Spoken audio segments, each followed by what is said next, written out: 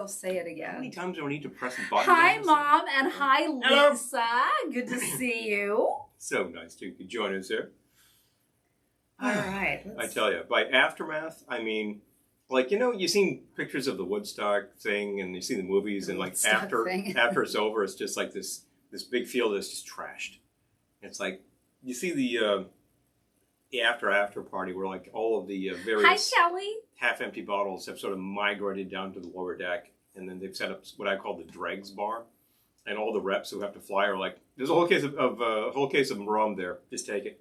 And all the people are like, okay. All the people are going back to Sam. Florida who actually got a bottle of rye, or just like, I can't travel with that. So, and you just like, there's a half-empty bottle of like really expensive rye. Hello, Julie. Usually I'm like, I have space in the car, like, you know. So we come back with a fair amount of dregs. This time around, there were fewer dregs. We did get some interesting little things like, what do I have? We got just some really nice stuff. Like, not even dregs, just this was nice rum. Sort of. I think this was a toss, which is called this is a Real product, Blackberry Real. You might have seen Coco Real. That's fairly common in supermarkets. You might not realize there's like 20 different flavors. This is Blackberry. And I tried this the other day. I thought, hey, what's the flavor like? And it's actually pretty good. And I said, I bet that's good in yogurt. It was excellent in yogurt. But you can make a blackberry drink, and I think there's even a recipe back here. Ginger beer, blackberry Real, and lime juice. Hello. I might make that. We'll see what's fun. A mocktail. Mocktail sounds pretty good, huh? Yeah. Okay. So, you know, versatility. I do like something that is usable over a wide variety of circumstances. And we certainly as heck do mocktails, and if I'm smart, I'll do one tonight. Because boy, we got back from Ohana, and boy, was my entire body tired. Folks, I gotta tell you, I'm not gonna tell you tried the veal. It wasn't just served. Flew in from Ohana, and boy, are your arms tired. I tell you, I kind of felt like I was flapping all the way. Brata. So here we go. Now what do we have? Sam! Hey! Sam had a real surprise appearance at the event, which was a highlight. Highly entertaining and amusing. Yes. I gotta tell you. I think you had to be there.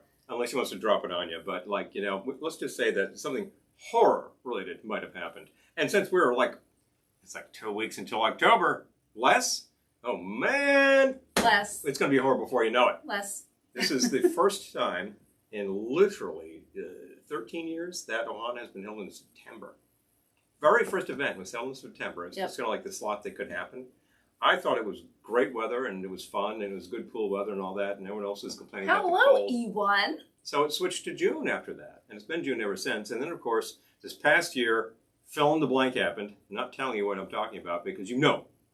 And hi, Peter. Then we get to this year, and June is still a problem, but September was possible. So they said, you know what? Better late than ever. September on. I'm glad. Second time in 13 years. Glad it happened. It's a fantastically densely packed thing. We hit the ground and we just run like mad the whole time. And there's that hill. There's like an upper deck and a lower deck. Well, if you haven't been, you don't know about that. You know about this. Anyway. But yeah, the resort is actually built on a slope, and you've got like this large deck of hotel rooms up there, which I think is the original hotel building. And then middle is the pool, and it starts sloping right down, and then it's sort of like by the parking lot is the second set of buildings. They're all connected. You can get through virtually the entire place inside, which is good because it's the lake likes to rain from time to time. Yeah, you can't quite get through the whole thing. It's close. You do have to cross a parking lot. No habit trail from the upper deck to the main building. The main building has the Paradise Lounge. Oh, Eric. Okay, thank you. Hello. It's better than E1. Yes. Very good. We're just going to call him E1. You can call me THX 1138. You can call her LUH 2537. And we'll just go from there, right? Bing, bong, bing. Get that reference? It's sci-fi time before you know it. Definitely horror time. Well, for some people, it's always sci-fi time. It's always sci-fi time. I'm going to tell you. Certainly. I think Peter enjoys a little science fiction. Double feature. I'm giving things away. So we said this is going to be an Ohana recap. Yeah. What did we do? I don't know. You know, I was there, and I'm told I had a good time. It's so fast in the memory. It's just blistering things are coming at you. People you haven't seen at this point in 2 years, or wow, you know, and it's so fantastic to see people on the ground in the flesh. Yes. Hugs, fist bumps, whatever. we've all been inoculated, or people took tests and whatnot. You know, there was a big safety factor there. There was a nurse on Hi, site. David. I think there were about 400. Yeah, that sounds about right. Numbers were down because of the numbers Canadians of people who couldn't attend. A number of people in the States couldn't do it. Oh, Velvetones, thank you. I do believe that Ms. Kelly, who's on our audience right now, could not make it because of circumstances, and that's a shame. We missed you. And the Canadians were blocked entirely. This is entirely unfair because we can go back and forth willy-nilly. So I'm calling BS on that, and that just sounds like politics. I'm not going to go there.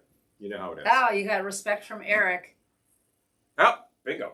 Yeah, it's kind of a cool picture. It's extremely sterile, but you know, it's compelling. You know, he really captured something with that.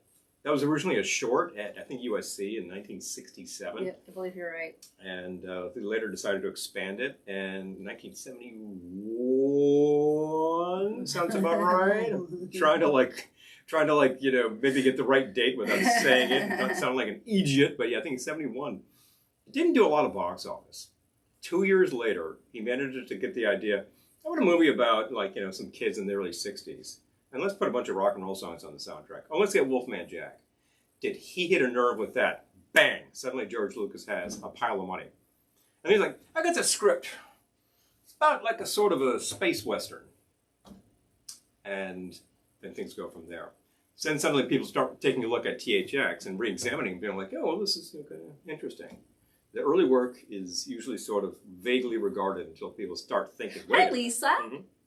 But I kind of like THX. It was a fun thing. Velvetones! Who told about Velvetones? Oh, Eric's got a DVD of that. Oh, hey! Cool beans, right? Oh, Linda Vander's in Velvetones. Hey! So, big plug for those tunes. She was there in the audience. She was taking movies and such. We haven't gone through our swag. I took the swag out of the swag bags for safekeeping, but we haven't actually looked at any of it. And so I don't really know what's there. We haven't deboxed our mugs yet, so I thought that might be a fun thing to do. You want to do the swag bag? Live?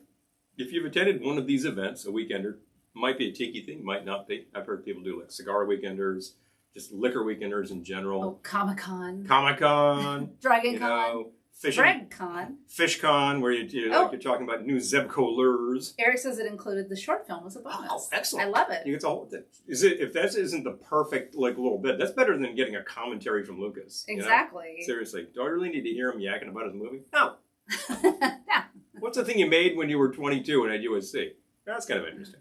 So, big fun. Shall we go grab a? I feel like I should have a drink first. Hi, Marcy. Oh yeah, usually around 500. Yeah, they couldn't. Some people couldn't make it this year, but yeah, good grief is that? And very young Liza Minnelli on the screen there. Yes. Yeah, we got the. We have a young Liza Minnelli on our screen. Carol Burnett show there, which is brilliant. But anyway. Oh. Eric just got done with my virtual sci-fi binge with my girlfriend. Wow. Kill it. That sounds great. Throw down what you watched. Yeah, let us know what you watched. This audience is kind of interested. This person is kind of interested. Yeah, you're right. Here's the thing. For years, this was capped at 300. But the fact is that didn't include musicians and some peripheral people. So usually that figure was probably more like 340, maybe 325. And then for some reason, it suddenly got to be about 375, 400. And then last time around, 2019, it was 500. And it's like, you know, I thought that there was a cap on this. But, you know, I think that the event absorbed those people just fine. Marcy packed goodie bags. Oh, she did? Yep. All right. Yeah. I think we should make a drink and then go through the swag. Oh, she packed the goodie bags. Yes. The swag. Yeah, I saw you doing it. Devin. You Good absolutely to did. See you. I saw you and Phil in there. You were putting it right in. I'm like, thank you, folks. I do not get a chance to do such things, but I've done it in the past. We put something in the goodie bag. We're about to see it. Walter Murch. Oh, got it. Yeah, interesting. It's kind of like, it's one of those future dystopian pictures. Hi, T.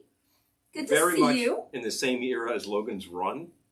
Logan's is a little more conventional in its approach, but it's got that thing, you know, back when, or Soylent Green, when the future was supposed to be bad, you know. But you know, now that the future is going to be great because we don't have any issues with, you know. Okay, Stargate SG-1 and the thing with the future's bad again. The two movies that followed it. Got it. Very cool. Stargate. Oh, okay, got it. Yeah. Nice. That's a popular little franchise, I believe.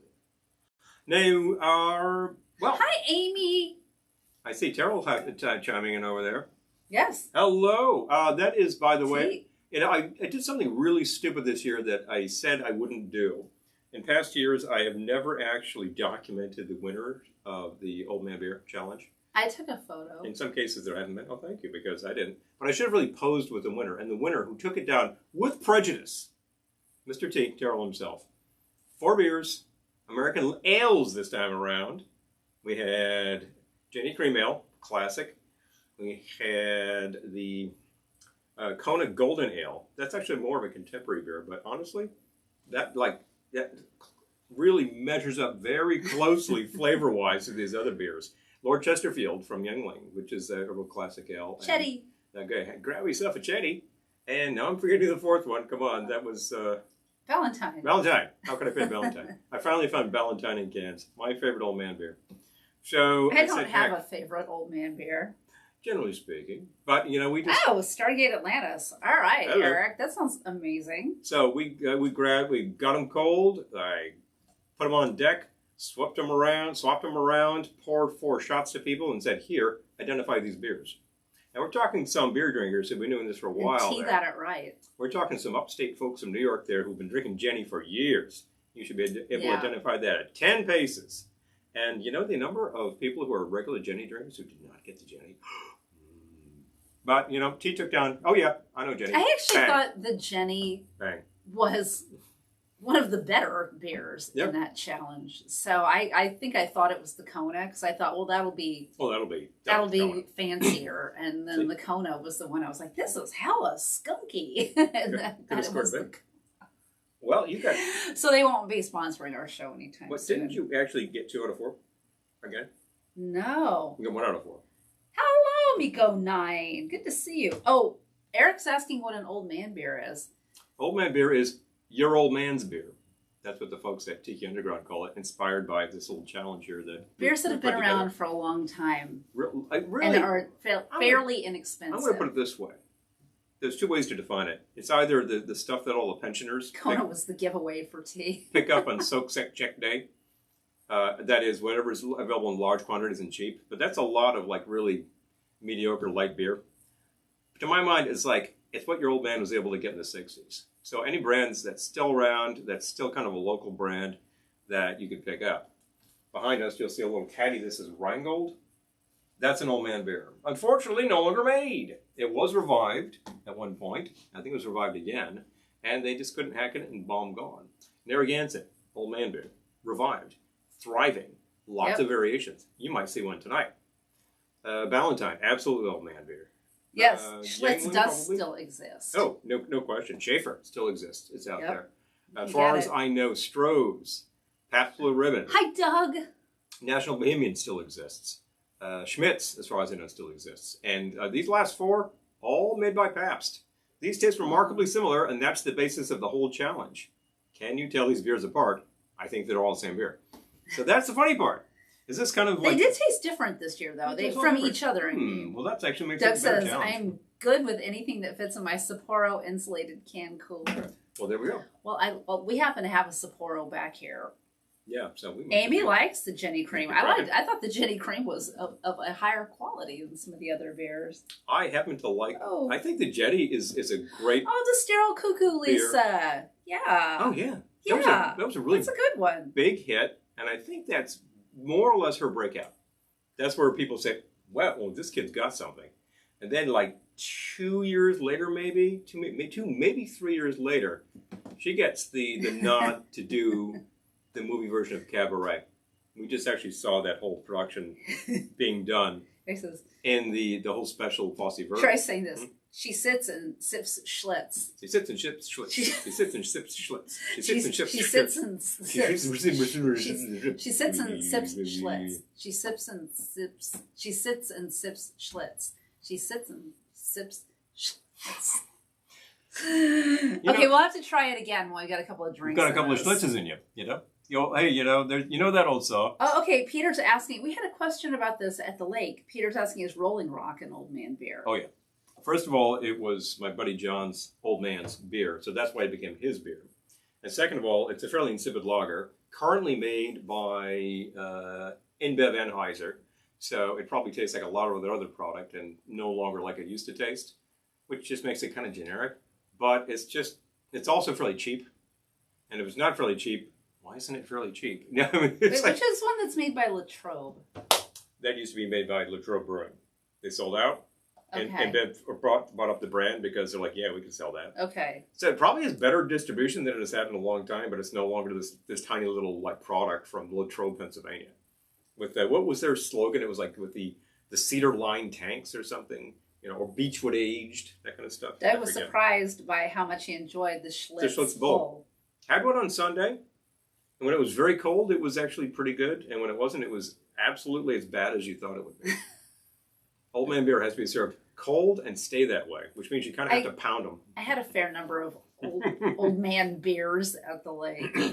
I think that... Oh, Iron City. Yeah, Eric, we've had Iron City. Oh, yeah. When we were in Pittsburgh. I think that was the is it still? I have to check. That was part of the home picture on my phone for a long time. Was I had a lineup of Iron City and Valentine and something else. So I had like 3 of those. It was like the big stack, the pyramid of old man beer. Kind of like the pyramid of spam.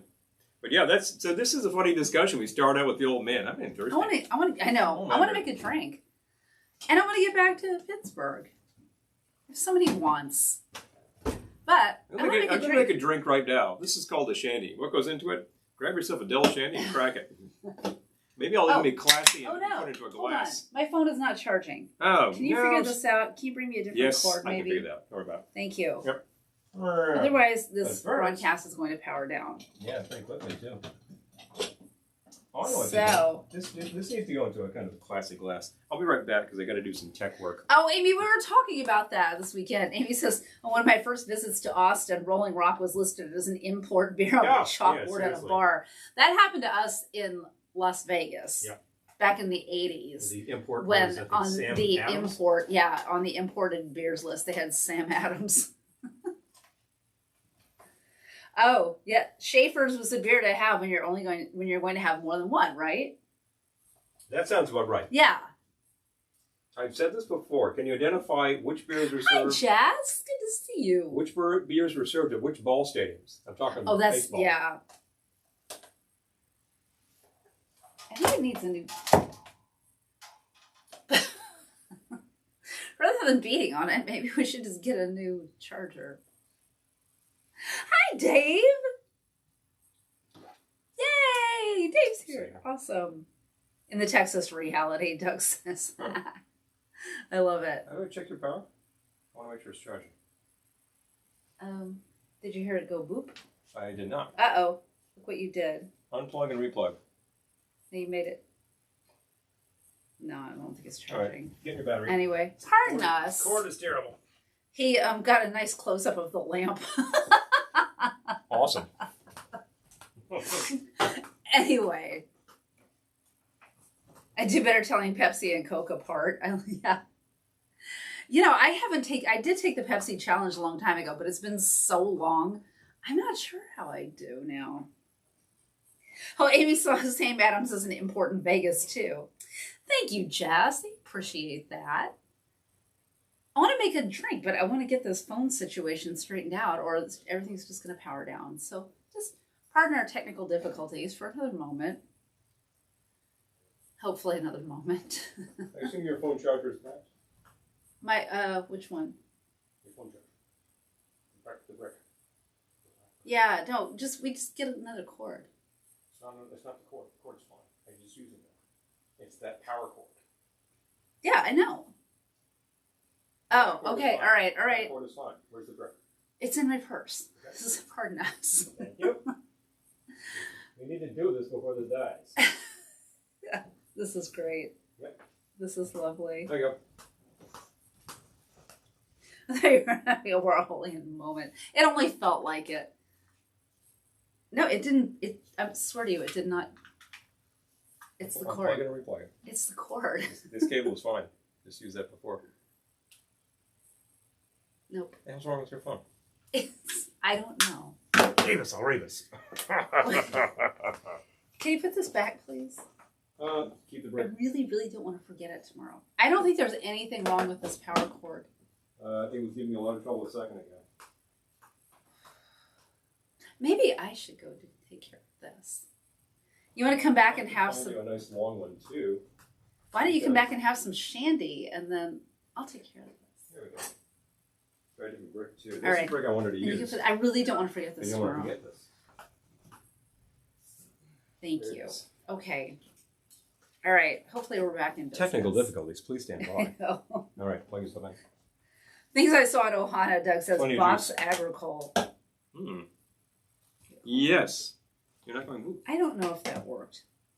Try it again. This phone's having a lot of trouble. There was some trouble on the ground at Ohana with tech too. Ugh, Ooh, big anyway. I'm going to grab my Sapporo fan and fan myself because I'm suddenly very warm. All right. Got that going again. Pardon me. Oh, There you go. Pour a little shandy. whew. Sound like you said, poor little Shandy. Poor little shandy. Poor little. There What you would be go. an old man's stout? Oh, I'm not sure there is such a thing. The best you're going to do in that would be like black and tan from Yangling, because that's a real like. yeah, I was going to old say, man didn't style lager. Yingling have something that would work? So there we go. Oh, There's a hi, cocktail. Knickerbocker twin. Hello, Andrew. And, because is that the Werner Mueller? Yes, it is. You over got that right. There. Yes. That's Good eye. That's one of the best. That is the single killer app Oh my God, on the theme to Hawaiian Eye. we keep talking and not making a drink. I'm going to drink. Guinness is old. Yeah, I'm with you, Jess. Guinness is old. Guinness is old, but I it's think plenty of old men in Ireland drink it. probably drink it. But the simple fact is that old man American men don't tend to go for stout. And Doug says Samuel Smith's is old man-ish. Old man-esque. Definitely in the UK. That's well, you got all these brands that are 300 years old and all that. Guinness has been around since the 1750s, I think. And it is a very particular kind of dry porter, is what it is. There. I haven't liked this stuff a lot, particularly on tap. And I talked to a lot of guys here who are beer drinkers, and they said, "Oh no, I can never drink that stuff. It'll rot your guts." And I think it's just beer. I mean, it's not any heavier than anything else. It's just like the barley's been roasted. I'm ready for a beer. I'm ready for I'm ready for Right. I'm ready for a drink, which could be a beer, but I'm not going to have a beer. I'm going to mix with some of the lovely rum we got from Ohana. That's right. We got all sorts of fun brands and stuff, right? Yes. Okay. So. Still enjoying. I actually mixed by not mixing. This is premix. This is kind of like a canned cocktail. Because what is this? This is beer and lemonade. And of course, the app here is that Gansett partnered up with Dell's. Does this say 35%? Let me check that out. Dell's being the Rhode Island frozen lemonade, which is brilliant. This isn't frozen. It's not granular. 35% alcohol. That makes it 70 proof. Yes. I believe. So that's actually pretty comparable. That's pretty high for something. Okay, which is, Amy's going with Guinness as an old man beer. So I'm going to start with arguable this point. lovely Bonham Pack coffee rum, which was given to us as a tip for a Spam slider. Yeah. So I need to find the. You open it. Not entirely, and I think you just twist. Okay. If you have trouble with that, Twist. we Okay, it's will help working. you out. But let's try it first because I've never had this. Sorry for the technical difficulties, folks. That annoys me no end when we spend all this time. Well, I hope to it's make this charging happen now. properly. Because if this powers down, then our broadcast stops. So that I do find annoying. There you go. And, Yeah, that would be annoying, wouldn't it? Okay. I'm not irritated at this lovely lady over here. Better not But be. the phone, yes. I've had a lot of I'll kick irritation you with in that the phone. shins. A lot of irritation with that thing.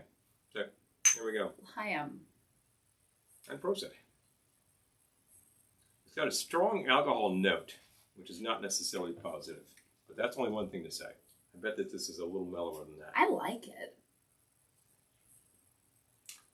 Oh yeah, it's a lot mellower. I than think that. it's nice. I think it's just a little higher than a lot of these flavored rums. Mm. Some of them are very sweet. Some of them I will not name are actually designed to be very sweet and kind of mixable. Well, this is perfectly mixable. The coffee flavor is definitely, it's there without being overpowering. We've had some coffee flavored liqueur that's very coffee. And some of that we like a lot. I like it. This is mild, and I would use that in a drink and see where the notes come from. Oh, Doug says old man rum tasting next year. Oh! We'd have to just go to the liquor store and buy like all the $5 rums from the bottom. Plastic flasks. There's something called, I think, Admiral Nelson, which is an obvious takeoff on Captain Morgan. Captain Morgan. That's in a plastic bottle. Yeah, there you go. I'm not sure who wants to sample that. Oh, I'm thinking like Nostrovia. Nostrovia, yes. So I'm thinking. Also Nostrovi, if you speak Polish. Ronrico. Ronrico. I think that would count. Kind right? of a bottom of the line. All these companies are gonna hear about this. Disinherit us. Well, never sponsoring you ever. Well, that's probably okay, actually. That's what I'm thinking of. That is.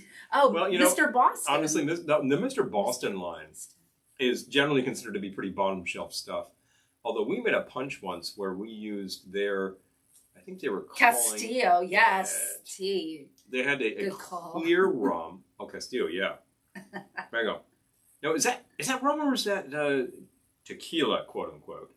Because some of the maybe they have both. Some of the bottom level tequilas, I really question how much agave went into that. And when you taste it, you're like, it vaguely tastes like tequila, and it's definitely blended. Well, I'm gonna take it. You know, I'm gonna go with he knows what he's talking about. No, I'm just asking, is that definitely a rum? Because I thought that might be a tequila. But I'll bet that Clearly, we've never purchased it. I've never purchased it. That's why. All right. Well, that's lovely. Yep. If you wouldn't mind, thank you. I'm gonna mix with it. Tastes like floor cleaner. Oh, no, there's a tastes like a floor cleaner. resounding. I suppose some people testimonial like right there. Cleaner, but all right. So, this does not. So I recommend taking a sniff of this stuff. Yeah, he didn't like this smell, but I think it's great. I mean, aroma. I think that this was. Aroma is a very important consideration. The good end of this deal. Yeah, we got a spam slider, and we got a big old bottle of rum. Not exactly an equitable distribution, but you want to drop a bottle on me, you're a saint. So that's awesome. All right. The shandy, again, is just half lemonade and half your water. Hi, Aaron. So it's a mixed drink. How about that? I just made it easy by using a canned cocktail. Senator Club gin and pine-scented disinfectant. Senator Club. I've never heard of Senator Club, but I just want something called Senator Club for the bottle. Senator Club. It would be fun to like pour out whatever's in that bottle and replace it with something nice. But then when people come over, you could be like, "Do you like a drink made with Senator Club?" Give you a look like that. Bottom dwelling tequila we drank in Ted's tequila. Ted's. Oh, you would think they would at least go for a Mexican sounding name, like not Ted. Like say El Toro. That's Eric's asking where we got the rum. It was at Ohana Luau at the lake. We were serving spam sliders. You spent a lot of time on that. Grilling sliders, and people we weren't selling them. We were just, if you wanted to tip, great. But we got a bottle of rum as a tip, which I think is kind of a nice tip. Got a few tips that looked like that, and actually I think we got. I went over there to see if there was another one that was kind of a gifty. Well, yeah, there is. That was kind of a gifty. Two things. Oh, we got, and we got a promo bottle from Deadhead. Yes. Which is, I think we definitely have to sample too. Mm-hmm. Oh yeah, we gotta try the Deadhead. It's been a while since we've had Deadhead. It really is, because their distribution in New York State is terrible. I don't know what it is. Just as Bukov is pretty big, but I've never even heard of it. Bukov. No, we're really like starting to talk about wait a minute. I gotta reach for that bottle. Watch the sacroiliac. Oh my gosh, this is hilarious. I love the bottom shelf. I don't say I love it because I love the flavors. They're terrible. That's where you find all those mixers from Lords, LLORD. Those things. I think I remember looking that up because I used to pass that distillery every day on the train. That's like Clifton, New Jersey. Huge building, Black Prince. I'll name them. They make truly atrocious stuff. I'm not going to use it on the show. Well, he saw Black Prince Distillery. He's like, oh, what do they make? And then he was like, oh. Oh, they make the Lord's line. And then the second thing I saw was that they had actually had a lawsuit filed against them. Tips to make you tipsy. They had a lawsuit filed against them that was like listed online because of the tequila they were selling that really didn't contain tequila. So false advertising. I have no idea what brand is implicated in this case, but it was whatever Lords was hawking and Black Prince was making, and a little inauthentic. You can certainly know that if your bottle says El Toro, that's a blend. What is it blended with? Grain alcohol. So it's been cut. 2 ounces of the Bonham pack coffee rum, and a half-ounce ginger liqueur. Ginger. You need someone to write this. I started writing it, but if you could... I can proceed. Happy out here. Half-ounce ginger liqueur. This is simply ginger from Putney Mountain Winery in Vermont. Yep. Another ginger liqueur would do just great. We happen to be very fond of the stuff from Brooklyn. Yeah. So, you know what? Real quick, I'm going to add some lemon juice. Sure. More. So, half-ounce fresh lemon juice. And we got the other day. This is really just kind of a daiquiri variation. Yeah. But it's a variation, and not a daiquiri. There's enough different going on there that it's really giving you some flavor notes. I was at the store. I'm not going to tell you which store it was, but it's a big box store that's in every town. Mm-hmm. And they had Angostura cocoa bitters. So and you said, "Oh, really?" So you're gonna try I'd never even heard of them, so I picked them up. How many dashes? 5 dashes. 5 Ds. Right.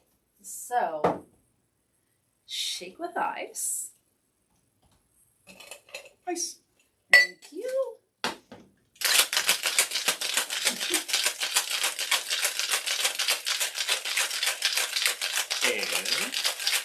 And strain into a cocktail glass. Gee, how about one of these spiffy Trader Vic's? Trader Vic's? Yes. Mai Tai martinis. That was drippy, so now I'm sticky.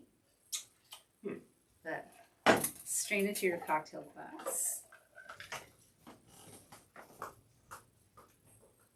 Ooh, there's a sidecar. There's extra.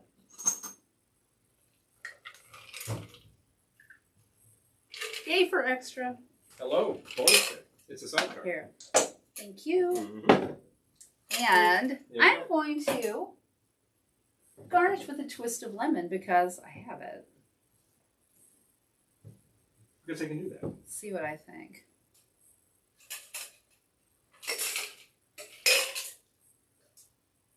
Ooh, I love that. I love coffee, so I'm pleased with that one. I like coffee flavors. I didn't drink coffee for decades. Putney Swope. Oh, Paul loves Putney Swope. Yeah, great picture.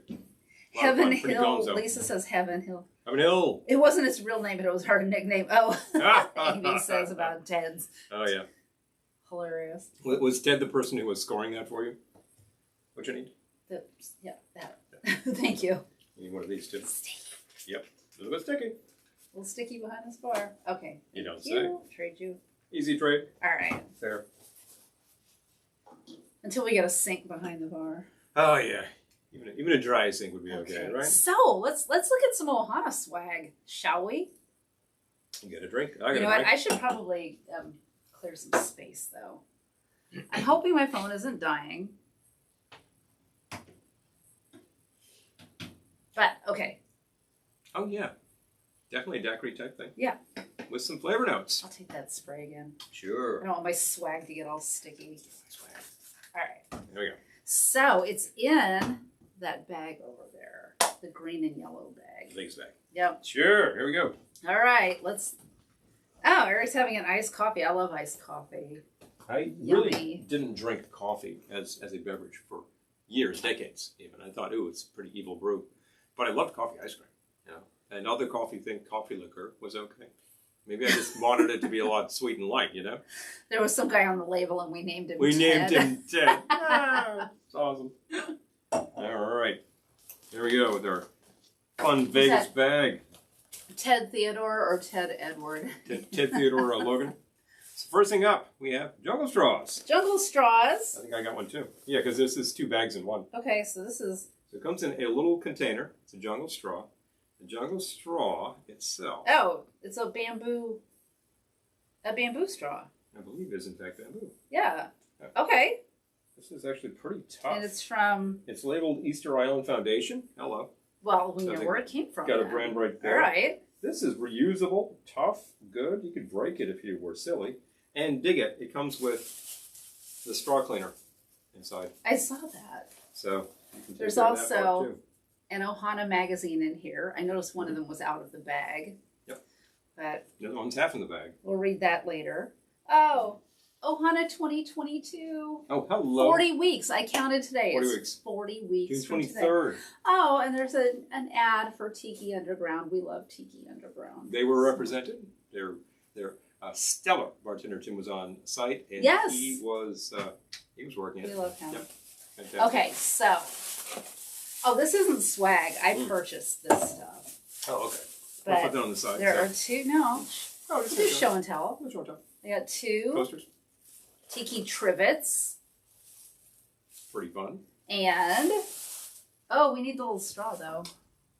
Oh. And this might know where that is. Carving, which comes with a straw. Wait a minute. But there's a straw right here. Oh. No, I got a better idea. I'll find the straw. So we'll be hanging that soon. Really short for tipsy, educated, and desirable, Doug says.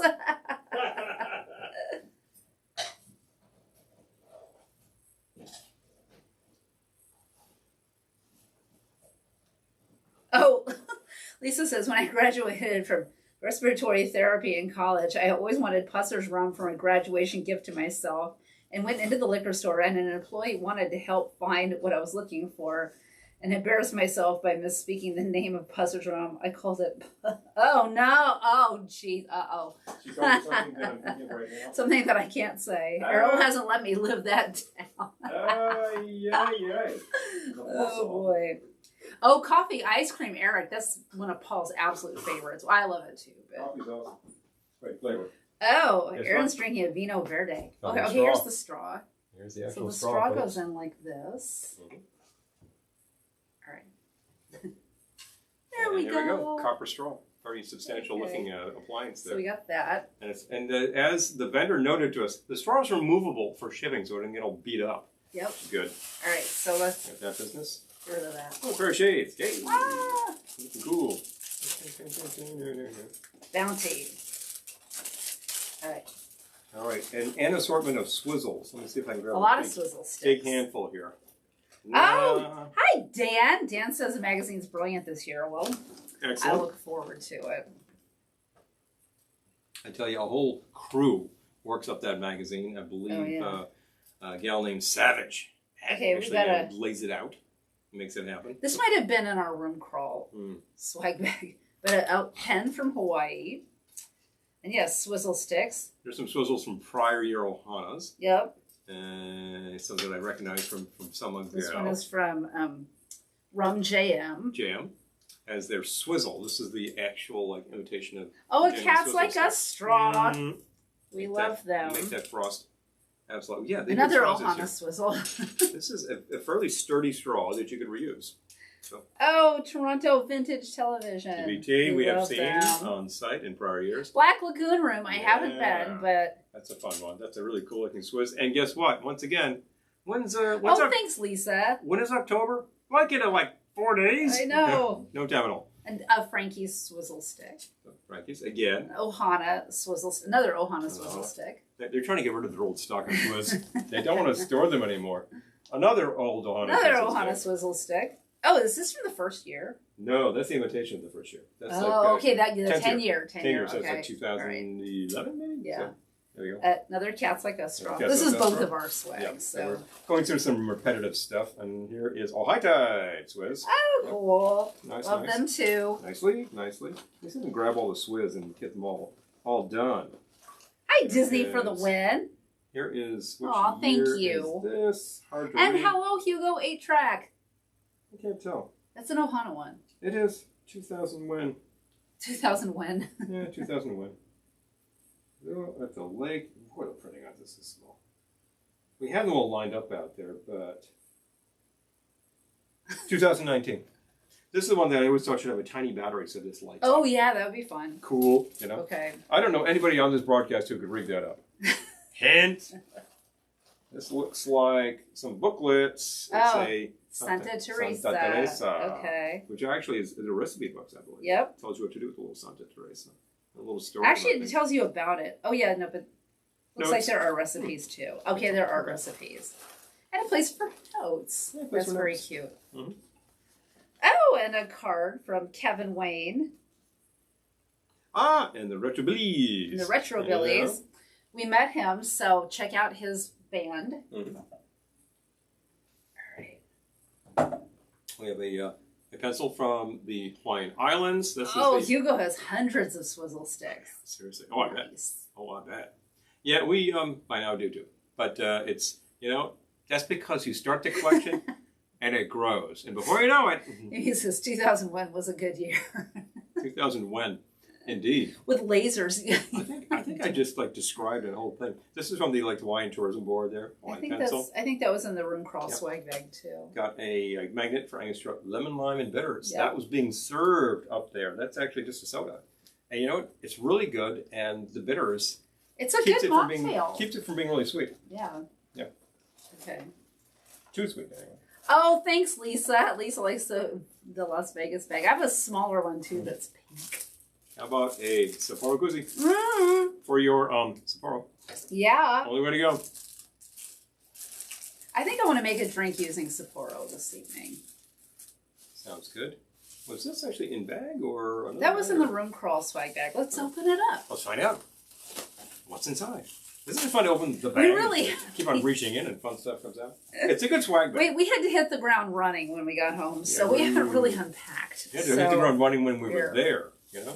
It's very true. Oh, this is lovely. This is a whole pendant. It's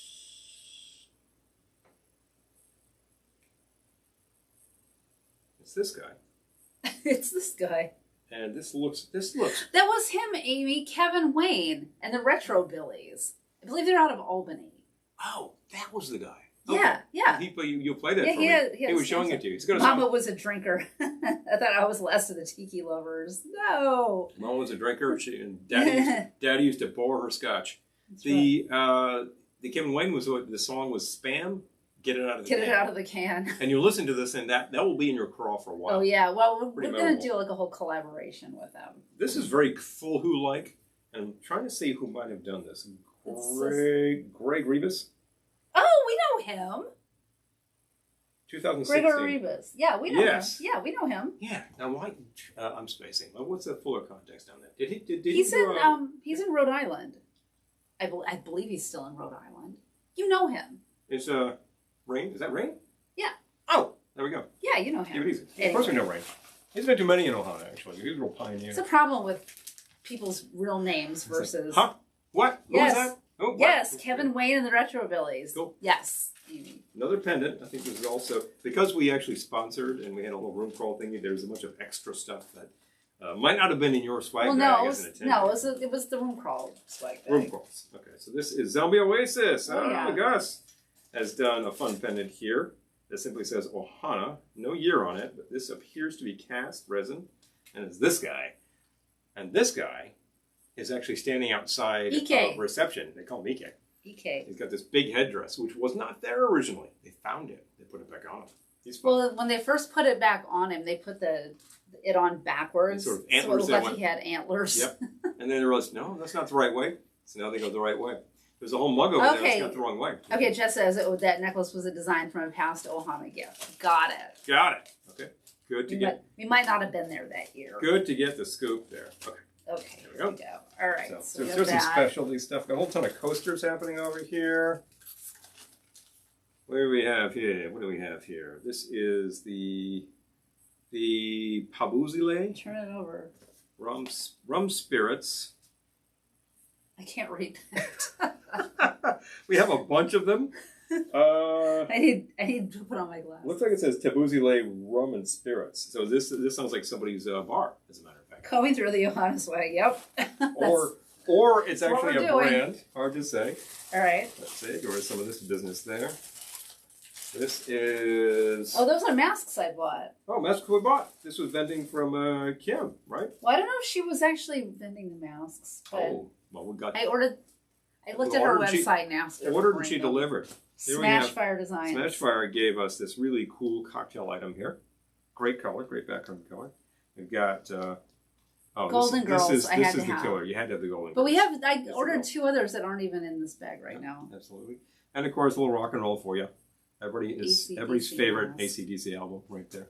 You put that on, people are like, whoa, so dude! Those are Those are a purchase, not swag. There's another one of these in a different color. The Swizzle. This one, no, this one is Clement. Clement. Oh, it's Clement. Okay. Yeah. More Swizzles. More Swizzles. I think we've already seen these. There's Black Lagoon We Room. There's haven't. I don't think we've seen the red one before, but it is another high tide. Red high tide. Yeah. More Swizzles. I'm telling you, there's a lot of Swizz in here. This thing is like really killing it on the Swizz. More Toronto. We have hundreds more Swizzles now from our swag bags. Ohana 2013. This is Ohana 2012, 14, and there's Barrett's Ginger Beer, which is very cool because it's got all the flowers down the Swizz. Put that in your dark and stormy. We have. That sounds like a. 2 fun umbrellas. Sounds like you're telling someone off. Put that in your dark and stormy. Smoke it. These are the kind of Swizz umbrellas that are actually hanging. So it's a hanging lantern. Oh, yeah. It's fun. I love those. Those Those are nice. It's really cool. Stickers. We have, Tabuzi Lake. That's exactly how I was supposed to pronounce that. Okay. Okay. There we go. A sticker that simply says, I love vinyl. Yep Rock. Yep Rock does a lot of vinyl. And they have a great lineup on their label. Very cool. A lot of fun. There was in past years. I'm trying to keep it nice. A truly massive number of matchboxes from Frankie's Daiquiri Room because they donated 1 billion of them. So I think they're finally running down, and this actually feels a little light. No, that's correct. But that's great. And Frankie's is well worth your visit when you are in Las Vegas. Definitely. Certainly. Let me pull out some paper here. Get that going. Eric says, I promise not to sing the Swizzle songs from that episode of the Dick Van Dyke Show. You can sing it. There we go. Another pair of Clement shades. No, these are... Okay, these are Clement. The other ones are Bounty. Oh, got it. Okay. They kind of match what we're wearing. But... Here we have a... yep, they kind of do match what we're wearing. I'm going to open them up. Okay. Put them on? Yep. Who am I to stand down? This is all about the big reveal. UV sticker off of it. Hey, unboxing videos are apparently really huge up on the YouTube. We so love what the hell? Let's do one unboxing video. Yeah. Boom. Hey, dudes. Ding, ding, ding, ding, ding, ding, ding. Rocket Betty, of course, was on target, and apparently there was just a huge amount of her clothes. She makes clothing, right? So she had a bunch of custom wear that people were wearing. And she got there, and I think 25% of the people on the ground were wearing her stuff, and she was just getting all verklempt. I think you see people that are representing the brand, and you're like, totally cool. But she got this fantastic coaster with an orchid on it. Very nice. Durham, North Carolina. Mm-hmm. We have some stickers from Shag here. Hello. That looks like, I can see from the back there, an idol. Shag logo. Puffer. Skull. Temporary tattoos. Temporary tattoos is what they are. Okay. We have... I have much weirder things to sing. And we're here for it. Sourpuss Clothing. Hello. They have to actually sponsor. Oh, yeah. Amy, I was thinking about that. The High Tide Festival. The Yep Rock. Yep. Barrett's Ginger Beer. I like their whole logo. That's actually kind of fun. Kind of looks like an old man thing. Like you have that on top of a beer jug. Trying to keep the stickers together. Yeah. Sure. Another sticker for Tiki Underground. There we go. Tiki Underground. Another good one. Mythological Taxidermy. Follow me on Instagram. Okay. 2 of those together. So check them out. Mythological Taxidermy. I will.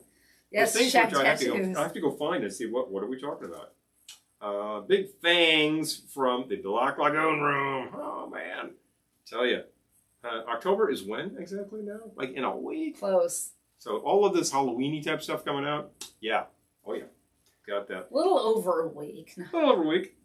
Cats Like Us Vintage. Hey, that's such a cute picture. Well worth your attention. I love that. They have...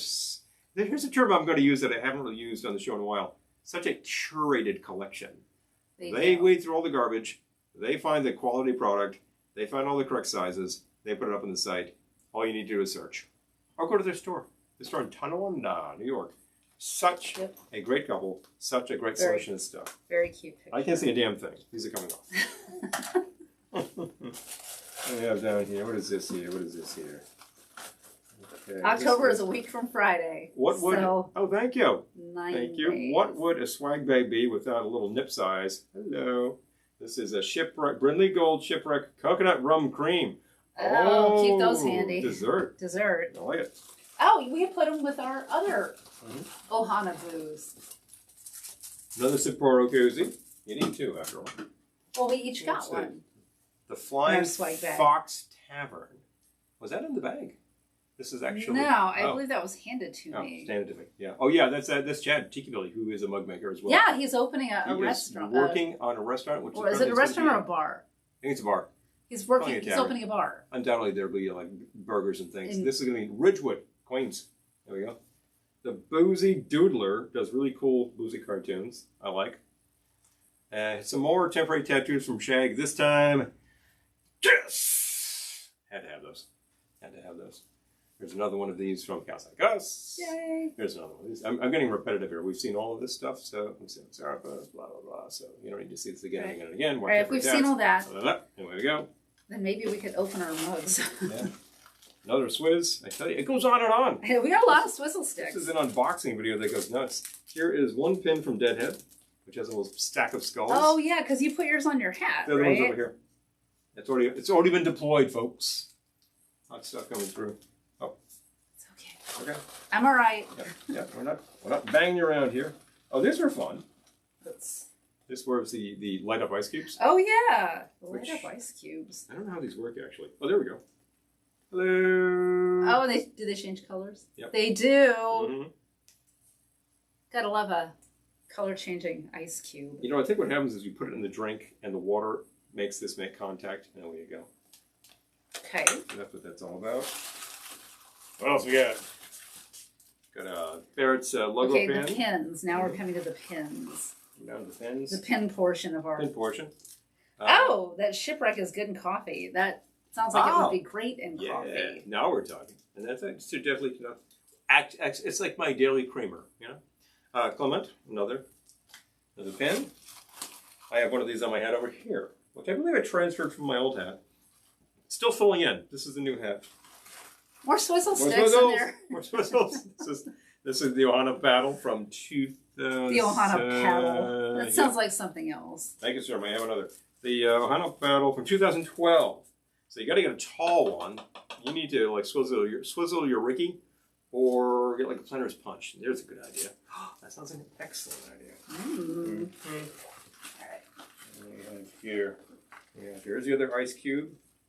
Yep. Oh, this doesn't work. Effective ice cube. Sitting in the warehouse too long. Another Clement pin.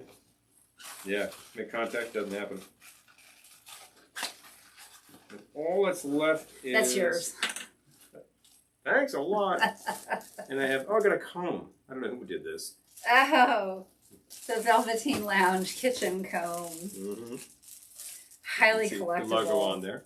We went for the big combs this time around because, you know, sometimes people just have big hair. Yeah, the Ohana swag is worth the price of admission. I agree. We've seen different swag bags at different events, and I gotta say, I think that this one really hits it. And some of the vendors over the years have really gone nuts. There was a year that Trader Vic's had a whole bunch of shirts, Aloha shirts. Everybody got a shirt. Oh yeah. This was just crazy. Well, I ended up with a Patron shirt this year. Actually, and a Trader Vic's shirt. Might need to send this into the shop or try to crack those batteries out of there. Yeah. Yeah, not happening. This one? Yep, there you go. All right. Ping, ping, ping. Oh, well. Defects are inevitable. Got to clear the area. Yep. Got more to get through. There's more? Oh, my gosh. I believe that was it. Let's see here. Okay, hold on. Finally get down to the... great. Here we go. On the end of everything, that's like another Clement pin. Got a lot of Clement pins. Okay. All right, so... we'll take them out. And the final thing is another magnet. Oh, Julie, we haven't done a pin, but I would love to. So thank you for reminding me. That's a great idea. On a pin. This is a great idea because we love to do that. We have a friend who does things like this. If you observe the back of my hat here, right next to High Tide, I got an enamel pin that is, you recognize that gal on Broomstick. I think that he would be able to do a Velveteen Lounge pin or set of pins. Zanti Jewelry. In a minute, and he's brilliant. My friend Chris, he makes amazing things. Yeah, so I think that he's ready to go. Very cool. Is that your sidecar? Yeah, that's my sidecar. Yeah, what's your sidecar? All right, I think we should. Do you want to make another drink? I'm almost out of this, and I was like saving this aside in case you would like to do a topper. Oh. Let me keep that cold. All right, yeah, keep that handy. As a matter of fact. Oh, so Velvetones. So Velvetones. We performed music Oh, how at about Ohana. that, huh? So we are available for events now. A lot of video was taken. I haven't seen any posted yet. Not one stitch. We were not recorded. All of the other bands were tended to be recorded by good old Don Gray. Lisa, thank you. So you can hear full sets out there somewhere of bands like the Fleshtones and Ninth Wave, the Aquitudes, for instance, actually did full sets, and it was just Jimmy Psycho. I got some great video on all of these groups except for Saturday. I was kind of occupied. Lisa says we should do a pin and a coupe glass. So I love both of those ideas. That's a great idea. You know, interesting. I got a nod recently. A Mary Poppins bag. I was asking for it. It's like a Mary Poppins bag. Jeff was actually asking if we were interested to do a DOF. And I said, well, you know, everybody does. Hugo knows Chris. Everybody does DOFs. He is the best. So there's a lot of them. And I think it's a little saturated, but he said, how about a single old-fashioned size? Oh, very few people do that. And we had a great example that he pointed out. Well, we did that glass the one time. We take it out, and it's like, that's a single old-fashioned. He's like, you would sell out of those. Would we? If we did a single old-fashioned size. Like, not the really big one, but something closer to... Well, those Trader Vic's glasses that we've got. Yeah. Something closer to that size? That's a I think even that's bigger. Maybe this is too big. I can get a good example of like a smaller old-fashioned size, you know, which is what you want to put an old-fashioned in. The Fleshtones, I know. They really killed it. I missed part of their set because we were working a room, and people wouldn't leave. I think they thought this is the best room ever, and we're just going to stay here. So eventually we had to be like, all right, I got to mosey it along, folks. No, I did see some of their stuff, though. Yeah, but I said, because I wanted to get some video, so I went back to the room, grabbed camera. I don't think I even changed. Ran on up, got like probably the last 15 minutes. And really had to crank the gain on that. Pretty pitch black out there. But they were rocking hard. Oh, yeah. Wow. And people were dancing like mad. Did a few people end up in the pool? I believe so. That's typical on these bands. Yeah. They were playing around the pool. Geez, what a great set. So a lot of fun. Would love to hear the full, which is good because Don King Don G actually documents all of these things and has since the first Ohana. So there's a large archive of audio out there that can be accessed if you're thinking, I missed the Martini Kings in 2009. Actually, I got video on that somewhere. So that was taken by Sneaky Jack. Oh yeah. Yes, it was. And he's a videographer par excellence, has worked for years. We have some of his equipment. That was part of our start in video, as a matter of fact, was purchasing some things from his collection. So, Bluefish. Oh, Amy has a small old-fashioned glass from Beach Bum Berry Christmas pop. Be right back. Oh. Oh, the pop-up. Right. Yeah. Like the Miracle? Mm-hmm. I love that. It's going to be time for the Miracle bar soon. Okay, he went out to get an old-fashioned glass. I think we still need to open our Ohana mugs. There's two things I'm thinking of. I'm not quite done. Oh. I think I see what he's doing. I thought you did. It's actually still wet in the dish trainer. So there's two possible concepts here. They're differently shaped glasses. This is the single old-fashioned as compared to, say... Oh, Hugo says, Fleshtones, hardest working band around. So much fun. They really did work hard. Here's a double. That's comparison. And you can certainly see the Trader Vic's style with the printing. We have that as well. And here's the single. And I think that this is great. You get an old-fashioned, and you get one of these, and you're like, oh, I really enjoyed that. I'd like to have another. Now, this size arose, I think, because of the tropicals, where you could fit a lot more volume in here and a lot more ice. And this is the ideal size for a Mai Tai, and if you have a mug, something this volume is good, you want a lot of ice. You get something with 151, you want a lot of ice. Eric's asking, do you ever listen to the radio show Retro Cocktail Hour? Which one is that? Who's the host? Who's the host? I'm not because sure. We may well have heard that best, yeah. But like this size, and then this size is a single old-fashioned. They're slightly different. Volume on this is a little bigger. But is this appealing? Oh, Peter from the Fleshtones jumped in the pool. Oh, that's right, he did. Oh, yeah, absolutely. I think that was captured on video.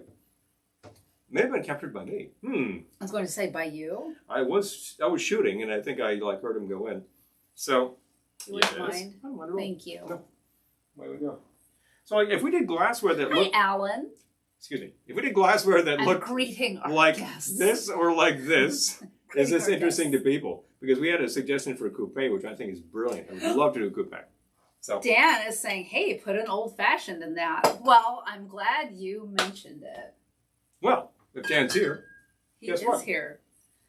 And we have some of the lovely old Overhold. I'm actually going to put an old-fashioned in the single old-fashioned glass. And I'm going to do that by remove some excess glassware here. This is the drink that Dan and Elaine made in their fabulous speakeasy crawl room. I would normally put a really large rock in there, but I'm not sure it would fit. Because the large rocks I have are It wouldn't really fit in large the other rocks. ones, so. No, so I'm just saying, no. So instead I'm going to use moist and put a few cubes in there. Oh, okay, Julie says yes to glassware too. Okay, thank you. There we go. All right. Use about 4 of these guys. I definitely love the pen idea. Well, I love the glass idea too. Because the volume on this is not that large. I'm going to use a smaller volume of the, and go from there.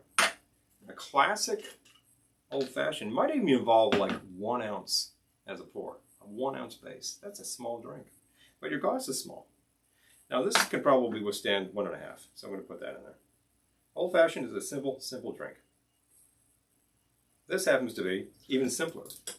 Because Dan and Elaine actually did the scientific research. They did the work for us. And figured out what is the balance to make a premix. Because all you're putting in there otherwise is simple syrup and bitters.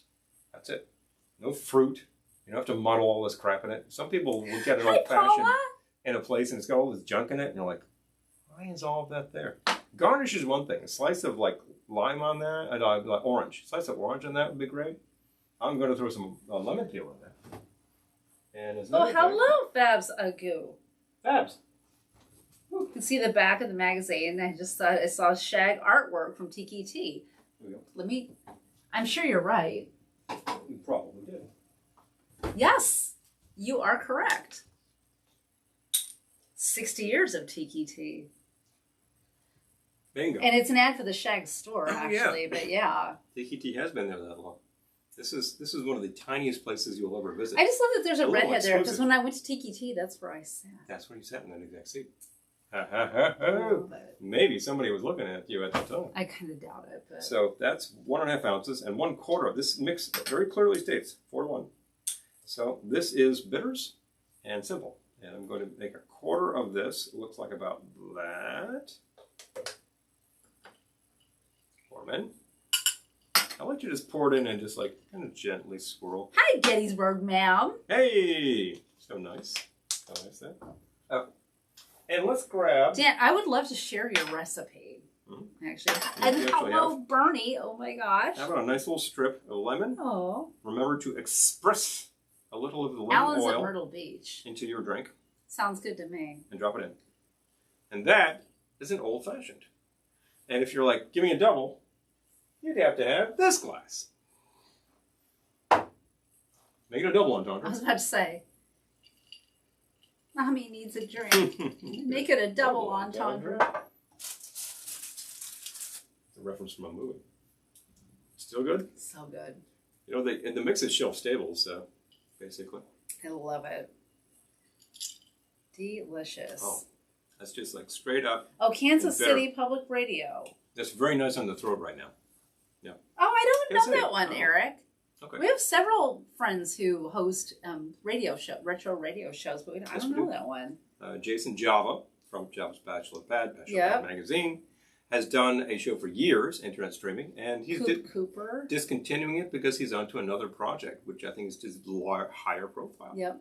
Coop's been doing his show for, I don't Long know how time, long, yeah. from Australia, and he interviews people all over the world. It's a very hip show.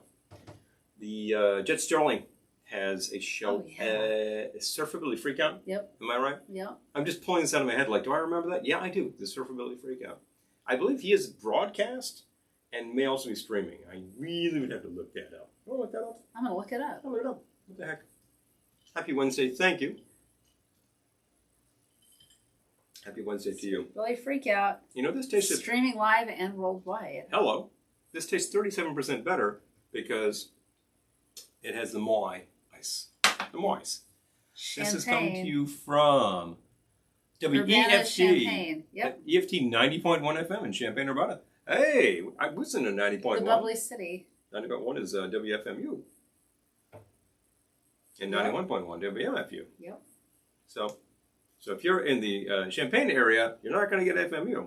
You're going to get thank EFT. you, Fabs. I appreciate that. Well, thank you. Oh, the food recipes, absolutely. This is a big part of the show. It was one of the original features, and we still come back to the food. And we certainly, as heck, served a lot of food at Ohana. Thank you, Dan, for the recipe. I will share it with our patrons tomorrow. Abu. Excellent. Excellent. And they can batch it up, like for a party. I think that they'll enjoy that. Well, that looks like you are going to come up with a premix, a bottled premix that you can pour. And you just have to respect how much is the individual pour on that. I think about 1.5 ounces out of that mix does the job. All right, I love it. Would you like this? What are you... If you're giving it away, I'll have Well, I'm just giving it away. I can mix some other things too. But, after a weekend where we were just like spending a lot of time talking loudly to people over some PAs, my throat could really use something like that. Cleans out the stuff in there. All right, got that one down. There you go. Now the premix was that where they batched the mixers. That is the simple and the bitters, and I have that in the little bottle there. It's a 4-to-1. Gettysburg Ma'am is heading to Binghamton. Well, hello. I think the weather this weekend is supposed to be nice. Better than the next few days in the Northeast. So. I'm working. Hi, John. Good to see you. Laissez-fairs. Awesome. Okay, yeah, Lisa's a Daryl Brogdon. Yes. Okay. Yeah, that's what they're saying on YouTube as well. All right, we got to check this out. Excellent. Okay. Laissez-fairs are here. Hello. That's always a... I'm working on a film tomorrow and Friday, but everything got all messed up for them because of the weather. It's an exterior shoot. It's outdoor scenes, so they need like a very large exterior set, and they're getting whacked by what's happening. So yeah, but I think the weekend is supposed to be nice. Very good. So looks like Formica Dinette. There's Formica Heaney, and there's Formica Dinette is Alice. Oh, that's her. Yeah. Okay. Yeah. Well, that's exactly right. There was also Meg Delish was up there, and she jumped in. So inspired by, and I believe other people. Did she? Other people jumped in the prior night. We have a friend who was DJing, and he jumped in Thursday, and I was talking to him. He says he grew up with an in-ground pool, and he's just looking at that pool, and he checks the temperature, and he's just like DJ Stanley Wayne Manor. He suddenly got compelled, and he's like he strips down, and jumps in the pool, boom, hot stuff. I'm like, hey, there's such things as Ohana made. That's the thing. Hey, he said it felt great. So you know what? Good for him. People do this all the time in Florida. Slightly different weather pattern. Only slightly. And, the simple fact is, you're compelled. Gotta do. So, well, no, I don't have anything because I gave mine away. There must be other things. Well, I'm keeping it. Glad to distribute because I thought that I would actually make a classic. I know what he's doing. Yeah. Chilled cocktail glass. I might have one of that. Yeah. Okay. So this is interesting. There's a lot of drinks that have this this name, and some of them actually have the same exact name as if it's the variation, which is strange. But this is the newest Mr. Boston Bartender's Guide. I don't think there's a newer printing. Are you sure? I think there is. Oh, really? By now? I think there is. This was actually revised in 2012. Oh, maybe there is. No, I think there is. Oh, my. Oh! Hot stuff. Anyway, it actually was edited by Jonathan Pogash, very well known in cocktail circles, with Rick Rogers. And he really, actually, I think a little bit signed by Jonathan. So, hot stuff, huh? This was a gift. Very nice gift. And we have a couple other Mr. Boston, so it's good to do the comparison. He added a lot of contemporary cocktails in here, but this is a classic. And as is noted, right, Lisa says this is a morning after type drink. I love classic cocktails. Same here. I love looking through a book like this and finding something that sounds interesting and saying, I've never heard of that. And then you find out, oh, yeah, that dates back to like the teens. That is in the 1918s. You know, oh, really? The pre-Prohibition era spawned not the 20 dozens, teens. hundreds of cocktails. Some of them are very simple. Some of them are pretty elaborate. Kind of fun. This one is simply called the Corpse Reviver, number 2.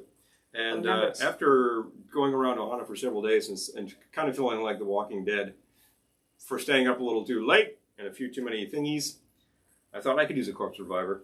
So this is one where we actually had the ingredients, so I'm going with this. This is equal parts, which is probably not a great idea, but I'm going with it. And I'll tell you what I would do with it otherwise. This starts out with gin. So gin, lemon, triple. And this, I'm going to use the vermouth. Use the vermouth on that. 3/4 ounce each. Okay, so 3/4 of an ounce gin. A perfect 3/4 ounce pour. Bang. 3/4 ounce gin. Let me grab my What else? 3/4 ounce what? Triple. Okay. Mm-hmm. We have triple sec over there if you want actual triple sec. That was always mine. All right, well.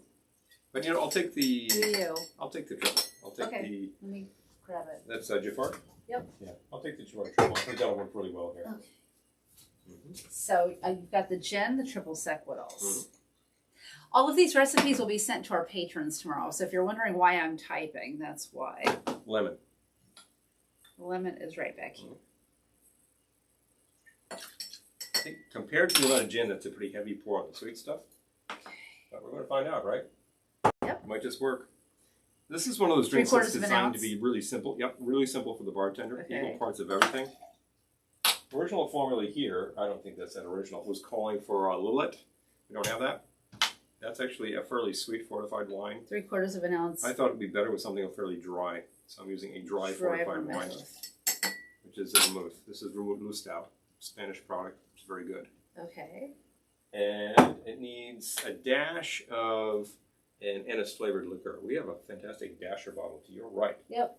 That will do that much more easily than trying to wrangle a bottle. Oh, it's right in front. Hello. Excellent. That is the stuff. I can tell because it's kind of yellow. And this is perfect. If this looks like a bottle of hot sauce, it was. I love these because you clean them out totally. It's got a perfect dasher, and you can go boop, and you're done. It's great for really small quantities of bitters. Like if you were going to an event and you wanted to, you had a bunch of bitters you wanted to use, a bunch of these guys cleaned out. Yep. There you go. And that's it. Shake with ice. All right. I got ice right here.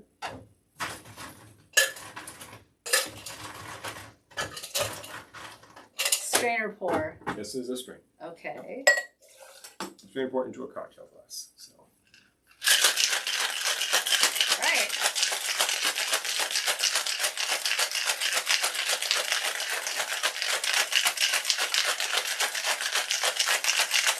This is a good exercise, you know. It's kind of like a shake weight. Shake weight. Really working the abs, you know. And we actually worked out earlier. I did work the abs, so this is like the second workout. No. If you're gonna drink like this, you gotta work out. Paula says, "I'll never toss a hot sauce bottle again." You know? They're good. We have maraschino in one. You know, it's great, just like when you need a little dash of not maraschino cherry juice, like actual maraschino liqueur, which I know Paula knows, but if you're watching this and being like maraschino, isn't that red stuff that's very candy flavored? No. Actual maraschino liqueur. Liqueur, which is a little better. Could you grab one of the larger bottles that we have with bitters that is a hot sauce bottle? Sure. Thank you. We're running the comparison. Right. Look, there's two of these sizes that I would recommend. There's this guy. I believe this is 5 or 6 ounces of Tabasco, right? Originally. And what's great about this is that it's got the dasher top. And that's just plastic. You pop it off, clean everything out. You don't want any hot sauce left in there or it's going to be hot sauce bitters. Unless you like that in a drink. This happens to be Hess bitters, which you made a long time ago. Still doing fine. Gettysburg Man likes your shake. Great shake. Thank you. I tell you, it is good for the abs. And this is the tiny size where it doesn't have that little plastic pip. It just builds in. There's just a very small opening there. Tiny orifice. And this is something like 2 ounces worth of stuff. Tiny orifice sounds like a band. Yeah, I think it is. Aren't they opening up for the Flesh Tones next week in Albany? And or like a comedian. oh yeah, tiny orifice. Bingo. I see tiny orifice. So a couple ounces worth of your Pernod, or this happens to be absinthe, as a matter of fact. Any of your anise flavored liquor. You're making one of those Don Beach drinks that needs 2 dashes. This will last practically forever. That's as much as you're using. Dash. Now in a busy bar situation, Punk it's band, to yep. Punk band, tiny orifice. So I happen to have a fine looking cocktail glass, highly appropriate for a tropical event right here. And I have my Oh, I gotta put your... Oh yeah, please put my stranger cocktail glass. We still haven't opened our tiki mugs.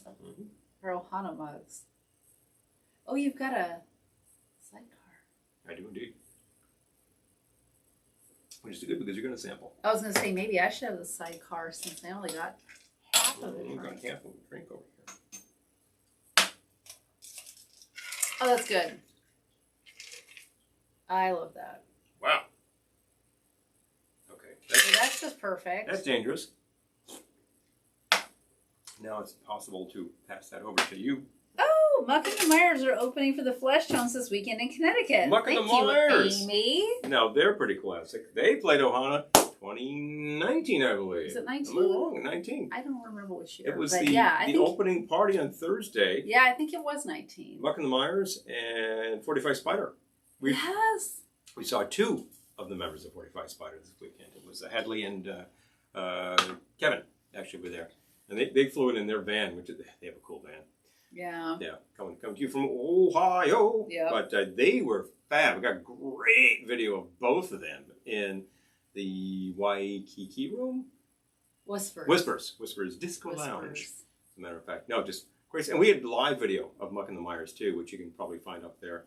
I had a lot of fun with that. Got some good comments on that. But they were just all energy, man. Wow. Oh, yeah. Oh, just great stuff. I think I put up a medley of 4 or 5 songs in a row from Muck. Recently, I said, I got to process this video from ages ago. Get it up there. Start promoting on Captain Quad's House of Horrors. No, it's just Captain Quad's channel up on YouTube. May find it. I'll drop the link. I think there's more than one Captain Quad out there, and other guys are doing different things. But you find Quad with the music videos. Yeah, that's the stuff. I like to shoot live music. I like to listen to live music. I like to actually document this as one of my original inspirations. And you find some pretty cool stuff. It's all the events that we've been to. A lot of stuff from Ohana, stuff from Oasis. Don't think I've got anything from Hookah. Wait, this is oh, you're up to 55 subscribers. Wow, getting up there, huh? There's Muck. 19 views. Oh, let's get those numbers up. This is a good performance. 45 Spider has 328 views, though. I'm just saying. Yeah, 2 songs from them. Let me drop the link so everyone can subscribe to your channel if they would like to. I've been announcing that I got some great video this time around, and gonna load it up, gonna process it, gonna look at it, gonna edit it, gonna put it up there. You can enjoy it. Amy says they're so great and such nice people. They really are. I remember after the event talking to Muck about the fact that we were working regularly with Lou from Rum Bar, and he was like, "Oh yeah, he was a fun guy. He's a really fun guy." Yeah. So, but they really. They just get up to the stage and they're just like a party group. It's like, let's have a good time. Bang, the energy. It's like, hey, is somebody here not having a good time? Wrong. They just made it happen. Lisa says, Kelly, when are you going to publish your cocktail recipes that you've done over the years? I really want to. I did an interview with these ladies who are all about publishing books. Like they publish a lot of books. And like last year, they were like, "You've got to publish a book." I'm like, "Gotta do it." And we're talking about it in like October. They're like, "You should do it for Christmas." I'm like, "Ah!" Oh boy. So that's not gonna happen. I know. Like I can't do a book in 2 months. That's not gonna happen for this Christmas. But we might see what we can do. But I love the idea. Maybe a little sort of something, a little taste of like things to come. If we literally would have to wade through what now is about 15 years worth of formulas. Fabs has the same glasses. Hey, aren't these cool? They're very nice, got these recently. You picked these up. I did. Trader Vic's. And since the actual Martiki glasses are now out of print, out of production, and out of print. Not only you wish you could print them, right? Well, but 3D printing? People probably do. Like, it's 3D printing. 3D printing, yeah. It's pretty cool. Out of production, and I mentioned them on the air when we did our last gig out there in the room, and said, well, you can probably find them in the secondary. Yeah, one of our correspondents did and said, yeah, $200. Whoa! I think that was for one glass, too. Yowza. Okay. Just go to Trader Vic's. These are available now. Much less. They're cool. It's the same concept. A little ceramic base and then the glass topper. Yeah, it's really very nice. A lot of fun. It wasn't $200. You get yourself a Daiquiri at Vic's. Do you want it in some sort of ordinary glass or something that looks like this? Hold on. Do you want to hear about craziness? Yeah. Speaking of Ohana Recap. Here comes the details from late night. Hold on. Ugh, hold on. Okay. Entertain the people while I Please, why don't I? Please. I'll talk some more about this concept. The fact is, many times when you're in a tropical sort of surrounding, even an event, and after a few days of having drinks that are a lot of lime juice and passion fruit puree and all that sort of thing, it sort of starts getting a little, you know? Okay. And you want to sort of clear things out. That's when you want to reach for a Dano Old Fashioned, for instance, or a Manhattan or a Martini. I had a Martini on deck, and yeah, it was pretty great. Okay, so as he mentioned earlier, we grilled Spam sliders and veggie sliders. Yes, we have. Although vegetables. next year we need to have more veggie sliders because I felt really bad that they sold out. But they sold out. We weren't selling them. I'm just speaking colloquially. They disappeared. So I'm looking at eBay, and our friend Al brought us donated a can of to the cause limited edition pumpkin spice spam. This was from, I think it was last year, right? Last year, Hormel decided to do a limited release of pumpkin spice spam. And I remember like the morning they dropped it, I got online, like it was like 9 a.m. I got on at like 9 a.m. and ordered 2 cans, which was like all you could order. Yeah. And it's all anybody could order. I think it sold out immediately. But very fast. We made 1 can on live video here, and then we still have one in our pantry. We didn't take it, but decided to save it. He brought us a can. He brought us his secondary can, so he still has 1 can in the larder. And he's vegan, so he's not going to be eating it anytime soon. And the man does not eat spam, so he can save it. I think that he just loved the kitsch value of such a concept, and the fact is, it's genuine spam. It's a real product. It's just flavored. We made it live on air. You may recall that we just fried it up here, take a taste, and like, that is nowhere near as offensive as so many pumpkin spice products. We actually had more balance to it and more notes. So I thought that was pretty well deployed. Hi, Tom. Good to Tom. see you. Yes, Amy brought the turkey. Amy, you brought so many. Amy brought, I think, 5 different flavors. We were like a pyramid of spam out of those flavors. Yeah. The pepper. I don't remember if you had chorizo. It was so fast, you know. But you have brought other flavors in the past. A couple of years ago, you brought chorizo and Portuguese sausage, like linguiça. And I'm like, sounds like the same thing. They were different. Good grief, they were different. Oh, Dan says I'm over 5 years into writing my book. I get it. I know. I get it. I know. I feel bad that I haven't made a vintage weeping my daiquiri food recipe this week video, but I got it from Ohana, and now I'm working on a film. So it's I'll get there. This gal's going to be on set. She'll get there. I'll get there. So she has to be filmed by somebody else besides me every once in a while. So once again, this thing is called the Corpse Reviver #2. After several days on the ground at Ohana and too much adrenaline and too little sleep and too many drinks. Too little sleep.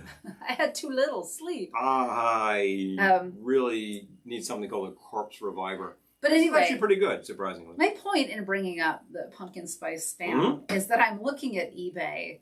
We got some people and selling someone has a can of pumpkin spice spam. Limited edition, 1 can Buy only. Buy it now, $150. $150. You got a couple of Benjamins on you? Buy it now. I think I paid $12 for 2 and felt ripped off. Yeah, it's kind of expensive for spam. Limited edition. Ugh, good grief. People are crazy. People are speculative, and what is the term? People are very scalpy. Buy up all the Stones tickets, and it's just available for $1,000. 15th row. Oh man, opportunism. Now part of that is just capitalism at work. That's just the way it works. Done deal. No judgment. That's just the way it works. Supply and demand. Your demand is high. Your supply is low. Price is going to rise. Yes, Amy says also bacon, black pepper, hot and spicy, and hickory sauce. Thank you. Yes. That's right. We did the hot and spicy. I think I made all of those, actually. I opened your cans and made all of those. Depleted the pyramid, which was good. But while the pyramid existed, people were just looking at it like, they have all these different flavors. Oh, yeah, so many people took pictures of the spam pyramid. The spam pyramid. And I think, well, we didn't because we were only able to source 2 kinds. So no, that's okay because I got tagged in it. So you brought some, and Al brought some. In prior years, I think 4 different people have brought cans of Spam because they know we do it. Mm-hmm. Well, damn it, yeah. You bring it, I'll grill it. You have some fun sausage, I'll grill it. You've got some natural casing dogs, I'll grill it. You got some possum you just killed, you got to grill that yourself. Maybe couldn't find chorizo or Portuguese sausage. Yeah, stuff. I brought Tom says, thanks for the Genesee cream ale. Brought back memories of college at SUNY Buffalo. I'm expecting that college at SUNY Buffalo was, your beer bash was heavily populated by Genesee products. You get the Genesee regular lager, and then you get the Genesee cream ale. Hey, Tom, there's something out there called Genesee 12 Horse. Have you ever had 12 Horse? I should have brought some. Oh, yeah. That almost made the challenge. We found that in Albany. Albany had it. I should have actually just maintained that case and made that part of the challenge. But I didn't want to repeat products. Dan says, I think that's more than Wagyu's Spam would cost. So, that's nuts. By the way, we're still prototyping the vegan Spam. That is actually a concept that somebody has put up on the internet. I would be glad to. And Gettysburg Man was saying, are you folks ready for the fall season? Yeah. I still need to decorate for Halloween. Oh my gosh. That means it's time to put up the Christmas tree. Because I put up the Christmas tree and decorate it for Halloween. And then I decorate it for Thanksgiving. And then I decorate it for Christmas, which... In about a week and a half, it's time to put up the Christmas tree. The big tree. Got to clear the corner. By the way, I meant to throw a little bit of strip in there, a bit of peel in there, so I'm going to do it now. Eric says he'll appreciate the cooler weather after the sweltering humidity. Yeah. We've had our share. It got pretty beastly during the summer. I love fall. And we didn't actually get a chance to put up our pool this year. We'll do it next year. Paula says pumpkin spice Spam sold on eBay for $100 in June. That's nuts. That's Good nutty. grief. I'm glad you're tracking that because this is insanity. What the hell? That's all speculation. 12 Horse was the name of the UB rugby team. Hello.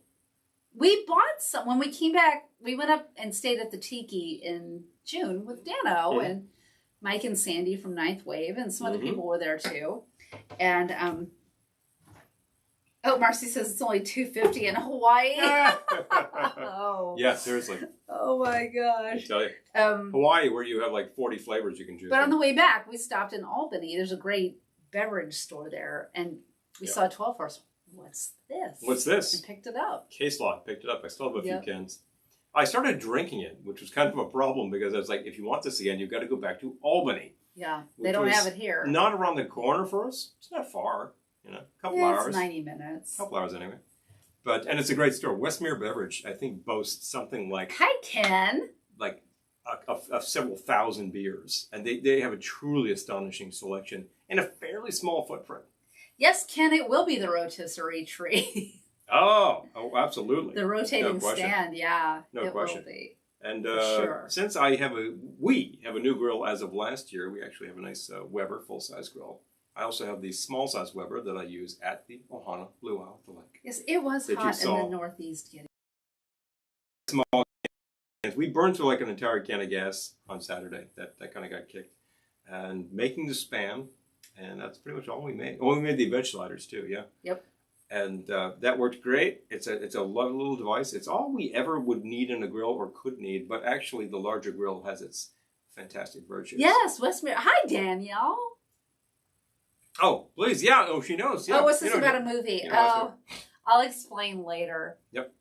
I don't like to count my chickens before they're hatched, but I'll Gotta explain actually have later. it posting, pics.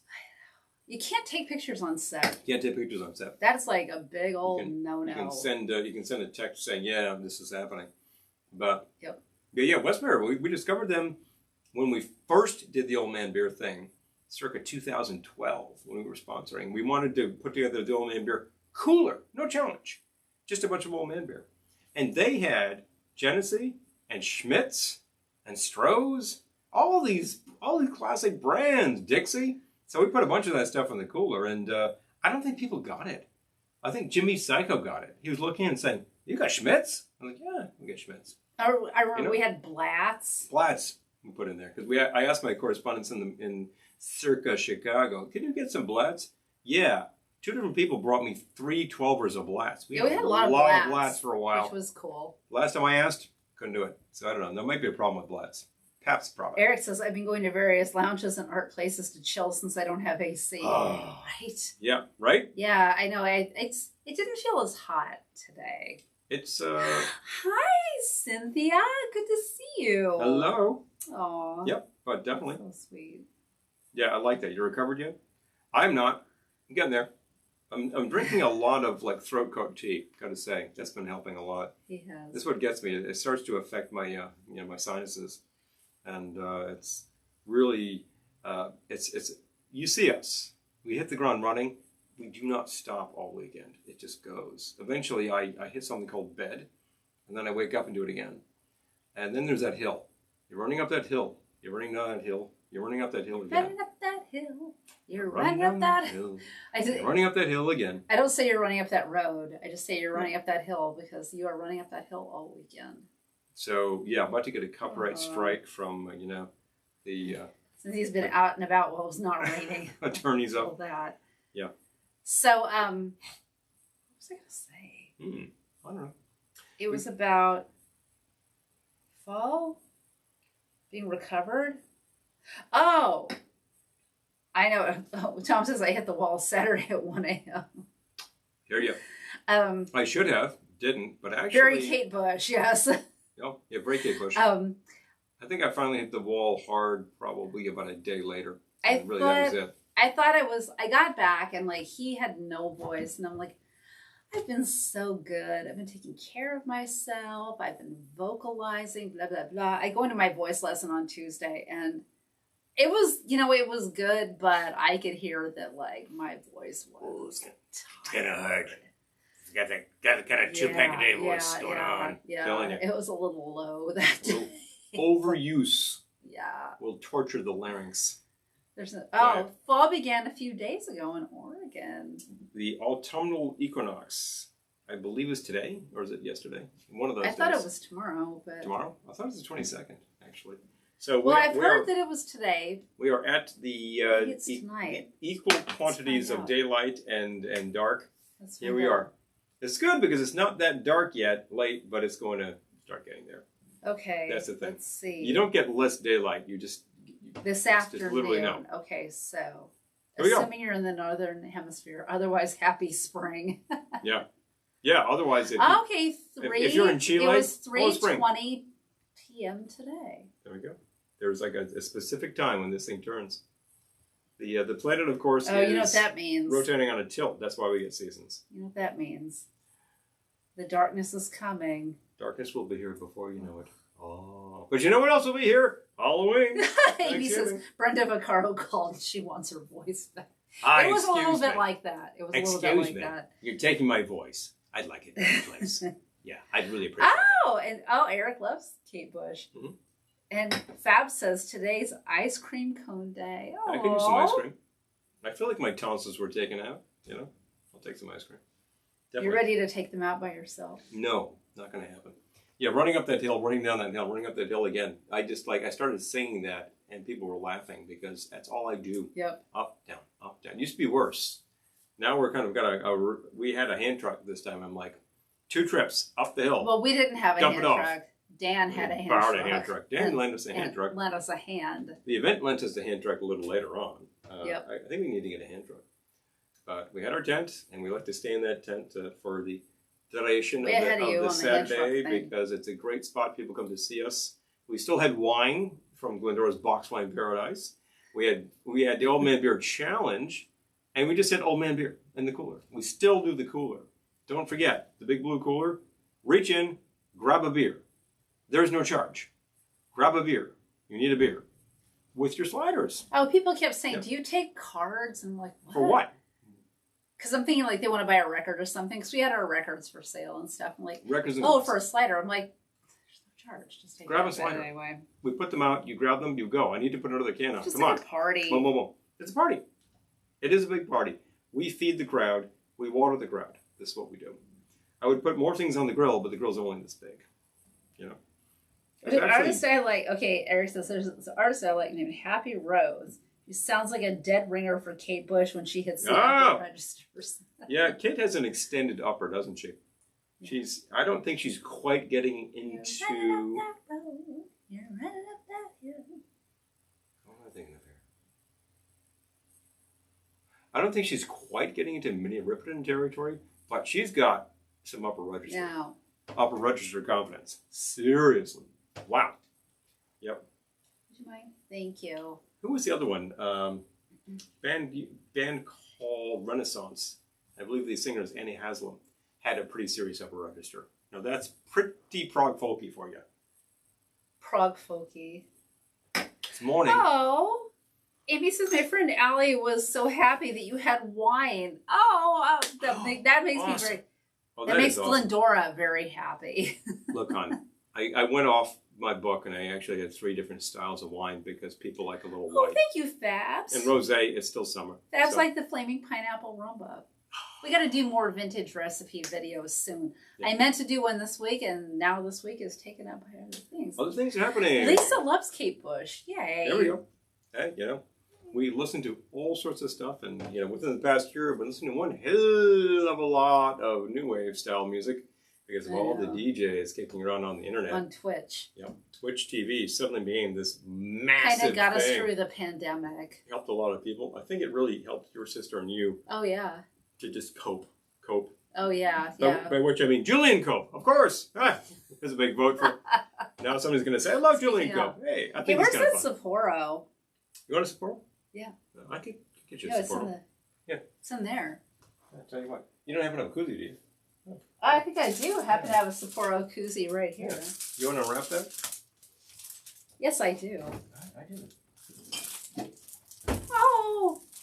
What do you know? Yeah, adores Kate Bush. She was one of my teen idols. I'm so glad I brought it up. I saw a gentleman named Philip Mart up on the on deck there during the weekend.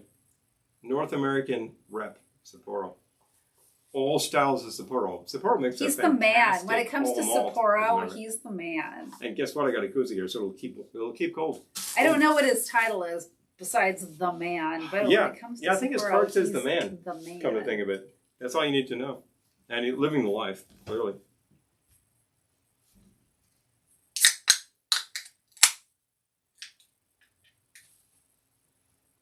Cheers. Clink and drinky.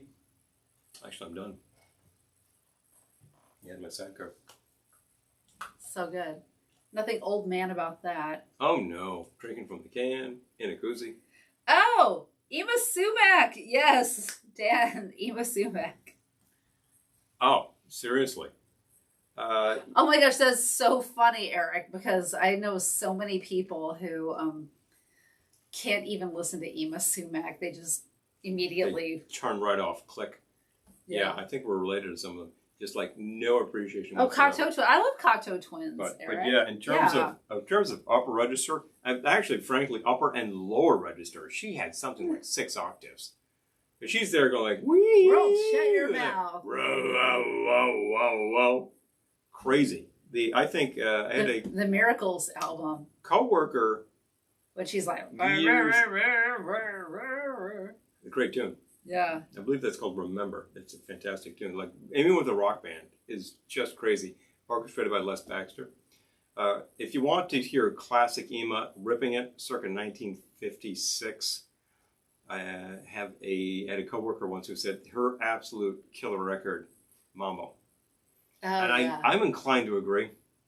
That really sells it. It's a fantastic Mambo record. And she is just all over this thing. Who said that? Arnold. Oh. Yeah. And I'm thinking, you were there, you heard this, you know. And you just listen, it's just great stuff. We were DJing recently, and I played a track from the 10-inch version of Mambo. I was like, yep, damn it, gonna pop that on. Totally great. Cocteau, well known for singing fairly wordless bits. Little unique. None of them there are 3 of them, and none of them are related. So much for twins. That's new wave. That's like the Thompson Twins. It's like the Thompson Twins, also. Bingo. Now I feel actually. Jillian Cope reference. Big hit. Big MTV Would hit. you like a Sapporo too? I could use a thing. I'll go get you a Sapporo. And unless we happen to have a 12-4 in there, I might crack one of those. I'll look. Maybe you would. Might have another 12-4 kicking around. Unique. I didn't have them on deck, sorry. I had a whole big suitcase where it's a Utica Club, and I never got around to bringing it up because our buddy Doug, watching this tonight, dropped this huge amount of old man beer. Some Gansett, some Schlitz, some Nutty Bow. Had a whole suitcase with Nutty Bow. Whoa. Yeah, that was a lot of beer. Threw it in the tub. People drank it all. Gone. You've got a choice between Utica Club, Gansett, Jenny, Sapporo, and a non-alcoholic Brooklyn. What do you think, folks?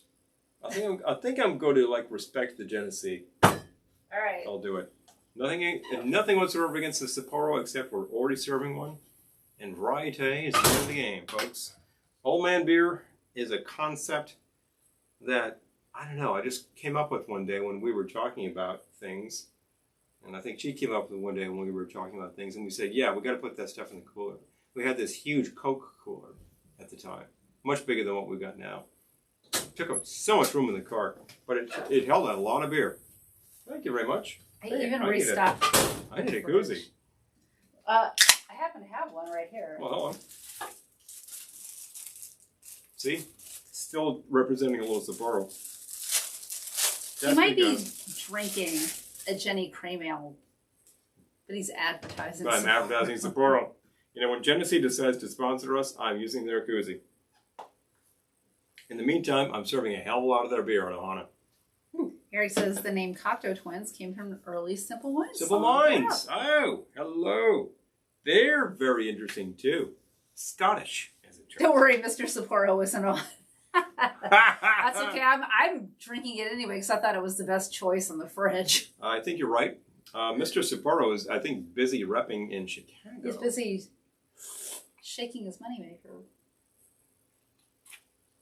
Or just enjoying himself in Chicago, or probably both. But that is so refreshing right now. When I'm on the grill, I love having one of these things. You know, I can have all sorts of different styles. IPAs, pale ales, my favorite style. Makes it sound like you're being grilled. What? I'm being grilled. You know, I want to spit. When we got a new grill, I actually asked for the spit attachment, the rotisserie. We have this. We've used it. It's brilliant. Fantastic chicken. I think I need to put a couple of cans of Spam on there and see what happens when I rotisserie Spam. Rotisserie Spam. Maybe about 3 or 4 because it will fit it. A little marination, throw it on, see what happens. Boy, that's just like Thanksgiving dinner. Scots. Mm. Yep. Apparently I like a lot of music from Scotland, Eric says. Who about that? Yeah. You know why? Because if it's Scottish, it's not crap. That's why. Interesting bands that come from Scotland. Am I mistaken that the Big Country, also Scottish? Yeah. Bay City Rollers, Scottish. Who else definitely fits that description, lass? Scottish. Yep, you're Scottish. right. Big. Definitely. I remember that from back in the day.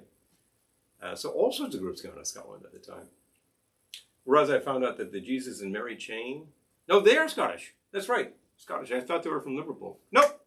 Scottish. I was going to say, didn't we have this conversation? We had this conversation. I was wrong. Amy, you were there. You were there. Because you gave us the Psycho Candy beer. Teenage Fan Club. Teenage Fan Club. Hey, there we go. Anybody? Scottish bands? Scottish groups? Boom, boom, boom, boom, boom. Whip it out. Do it, lost. Simple Minds, I remember, appeared on I believe it's Party, Iggy Pop album, backing him up on Play It Safe. And it's like, you know, backing vocals, Simple Minds. That's the first time I think anybody had ever really heard of Simple Minds. And they just start going from there. Hi, Marty. Marty says Skids. Well, hello, Skids. Hi, Philip. Good to see you. Hey! Checking in from my hotel room in Chicago. Hey, you know, not that I'd like to promote the product or anything. Yeah. And I'm promoting it without actually drinking it. She is. I'm actually enjoying a Sapporo right now. And I'm enjoying it very much. In honor of the Old Man Beer Challenge, I'm enjoying a Jenny Cream. This is still good. Very cold. Keep it cold. Keep it very cold. Absolutely.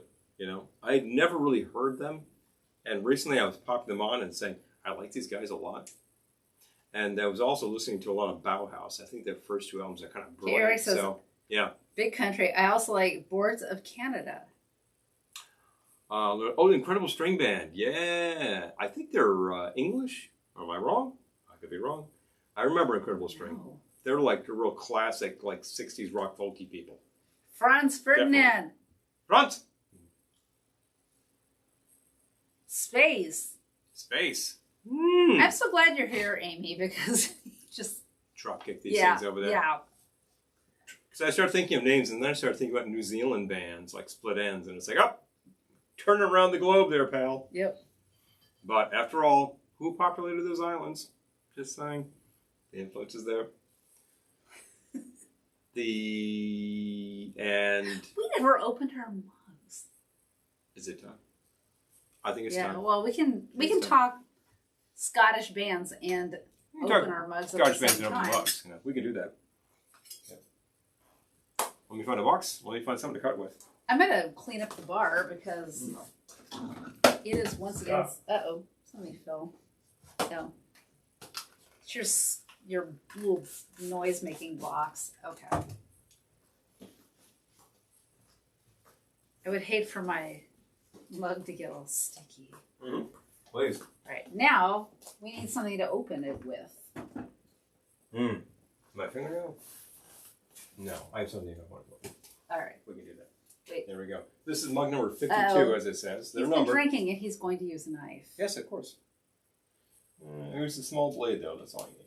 All right. Yeah.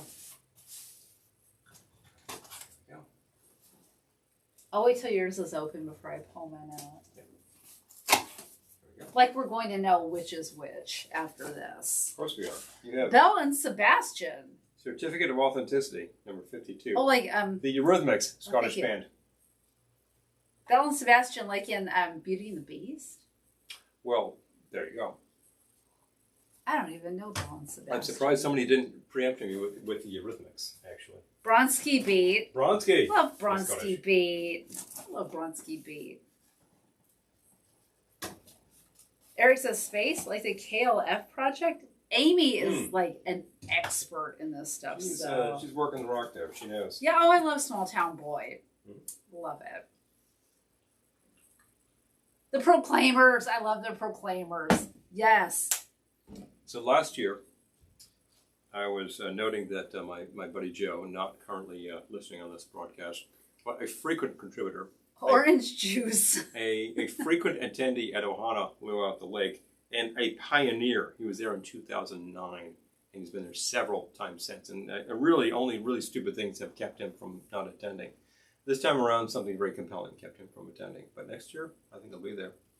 I hope so. He was noting that I had outfitted him with some hi-fi for basically the price of admission. Like, I said, buy this turntable. He did, and I donated an amplifier. And he didn't have a cassette deck, though. He's like, oh, I got a lot of cassettes. I was like, you need a cassette deck. So I actually upgraded one of my cassette decks that I've got kicking around and sold that to him for a good price. And once we're there, I'm like, well, what do you want to play? He's like, well, I don't know. So I take a look in the drawer. How about the Proclaimers? So the first thing he played was the Proclaimers. I love the Proclaimers. I'd walk 100 miles, So there we go. No, 500 miles. There we go. Yeah. I'd walk a mile and a half. I'd walk 10 feet for you.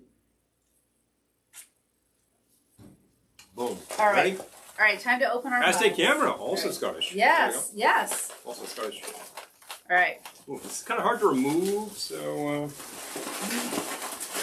A lot of bubble wrap involved. That's very good. Very positive. Yep. Okay. Delamitri. Okay. So many bands I didn't know were Scottish. Scotland is like just burning up with this stuff. All right.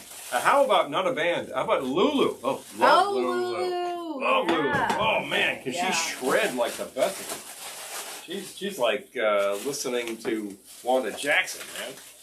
Fantastic. Oh, I love it. It's a bowl.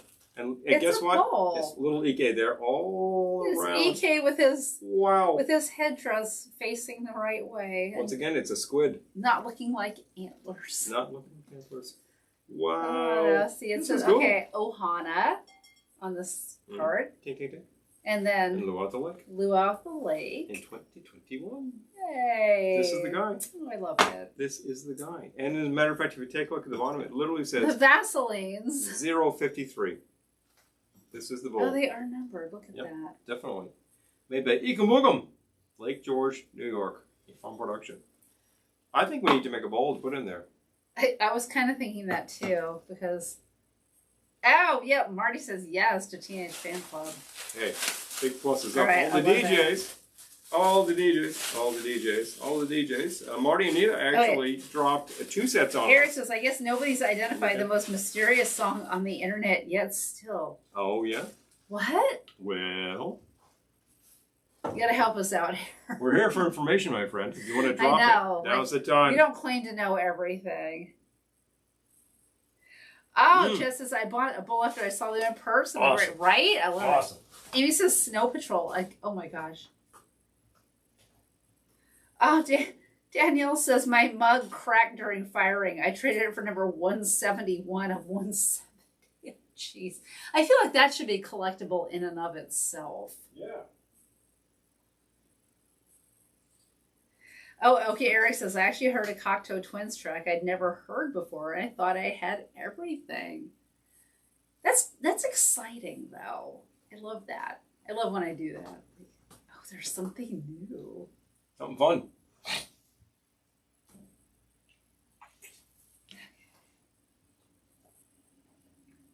I love that concept, too. You know, I thought I had everything. And then you find out, there's that thing. There's that thing. And it just like makes you twitchy. You gotta have that thing. I want to put my bowl somewhere. Younger where it years, won't I get had a destroyed. tendency to collect bands to an nth degree. I have a lot of Fishbone and No Means No because I thought that these guys were both brilliant. And we saw Fishbone, I believe, 2 years ago, and they're still brilliant. At the age we all are, they came out and ripped it apart. Wow, the energy in that room. Oh, that was great. That was unbelievable. Still doing it. And No Means No, I think, have retired from that. But when I saw them in 2006, it was just energy for 2 hours. All right, I love the bowl. They just hit it hard. Bingo. I put it in the tiki room so it wouldn't get destroyed. Please. Mine's behind me, not about to be knocked off with things. You know what? I'll put it back from the edge a little bit. Sure. Because, And what if we do? you know. It's on this slippery surface you that we know. installed. All right. Oh, do you still want your glasses? Not right now. You gonna wear them? Oh, wait. Big fun coming through. Eric says, the only reason we know the song exists is because it was from a tape someone from, I think, Germany taped off the radio and asked if anyone knows who it is or what the name of the song is. To this day, nobody knows either. So we And have it's sure it's from the 80s. So we have a mystery cocktail track. It seems like that should be possible to identify, but you never know. Never know. Oh. Ah. Amy says, I can go on, but I'm going to stop now. I love Scottish bands. Did you know that the national animal of Scotland is a unicorn? Unicorn. I love that. Unicorn, I believe. I love a unicorn. I believe a song by Shel Silverstein. Big hit for the Irish Rovers. Well, that's not Scottish. Oh, I don't know. Irish, Scottish, isn't it the same thing? Didn't you get in a discussion the other day of what is your favorite Saturday Night Live Yeah. sketch? That happened late night on Friday. Yeah. There was a whole, the car club was talking about that. There's a reason for that. I'm not going to go into it now, but it brought up 100 responses. People really remember these things well. There's your unicorn. You know, I believe the national flower is indeed the thistle, and we had some thistles growing in our yard. Pretty heavy. It's a pretty aggressive plant, as a matter of fact. Well protected. Yep. I gotta. Taco at a party. I had the uniform unicorn talk made me Well, got you going there. want to go on to a retailer who can't be named and see if they had the unicorn taco holder, and they do. And they do. So I just added it to my wish list. Because we were playing drag bingo one day during the pandemic, and one of the prizes was a unicorn taco holder, and I was so upset I didn't win it. The LGBTA group at work whichever one, because I support, actually had the unicorn taco holder, and we did not win. But it's okay. It says the Cocteau song is called "Need Fire," and it was for the film Judge Dredd. Judge Dredd. Okay. Oh, all right. Yeah, I haven't seen Judge Dredd, but somewhere I have a stack of Judge Dredd comics from the 80s, which I thought would be valuable, and they were not. They were not. So I don't know. That was a long time ago. I should check again. Who knows? Supply demand. That's all it is. I believe that was year 2001 comics or something like that. You comics aficionados would be able to fill me in on that one. I always liked Dredd. He's like, I am the law. I believe he actually inspired more than one song. I think that Motorhead actually paid tribute to Dredd, and Metallica paid tribute to Dredd. Fearsome sort of fellow, but he is just trying to lay down the law at the end of the day. I guess I could share the painting I bought too. Why not? All right. We're here. It's an Ohana recap. I'm going to go. It's an Ohana disembowelment. We're just what? Trying to figure out what exactly happened here, and boy, I don't know. I hope you can tell me. All right. I was there, and I am told I had a good time. Oh boy. I also bought this very fabulous pink elephant from Kim Bang. On parade. Now I got to hang it. Brought it home and stuck it next to the speaker, and now I got to hang it. The elephant is dancing around on a bottle, and he's got very 3D bubbles coming out. And he's wearing a tiny little fez. Snorkel. Mm-hmm. So cute. All right. What else did I buy? I bought a boatload of earrings. And always necessary to have such things. I bought a couple of masks. I bought 4 masks, and I bought 2 for Paul. We got some fab glassware that's hanging out on top there. That's probably a little hard to see. Oh, Paula, are you still here? Just see them right now. You can see them. We bought those Narragansett Old Man beer glasses from Paula. 1, 2, 3, 4, 5, 6-pack, 6 beers, $26 and a 6-pack to my name. So yeah, okay, so you can see them. They're on top.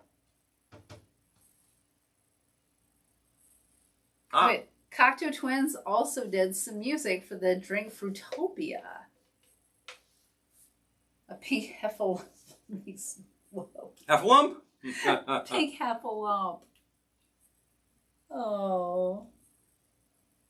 Makes me woozy. Yeah, no kidding. Oh, I tell you. Lots of bargains. I kept getting outbid, Doug. I did participate in the auction, but I got outbid, so. I never made it. I really should have just taken a look at the online array. At this point, it's an online auction. You could have bid from anywhere, and then you probably would have had to arrange a shipping. But if you were there, you just had to go and take a look in the room at the array of product. There was some fantastic stuff in there. We donated a few things, and I think we got some good bids. I should look. Good bids I didn't even look. Let's see how our... I don't actually... You know what? I don't even know how our stuff did in the auction. Interesting. You never know what's going to happen. Oh my goodness.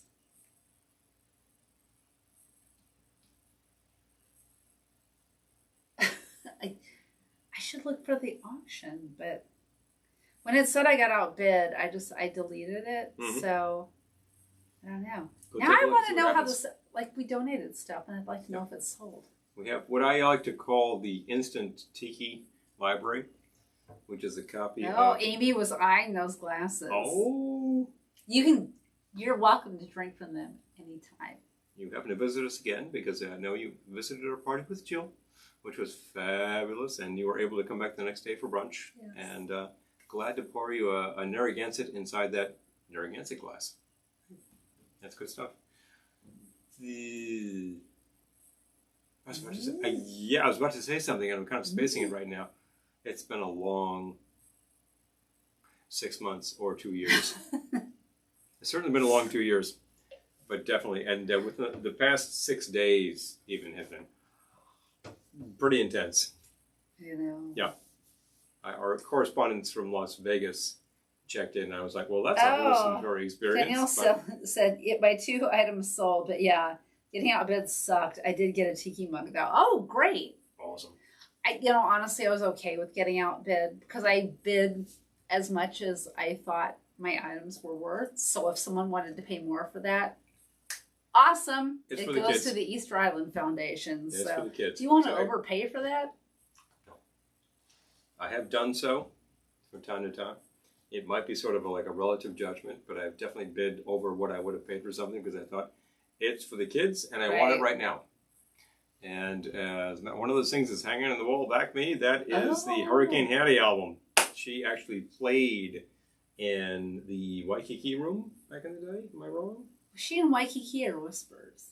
I think she might have been in Whispers before it was Whispers. Yeah, it was called something else. It was like a supper club sort of like arrangement. And people just like sat around getting loaded listening to her tell some ribald stories.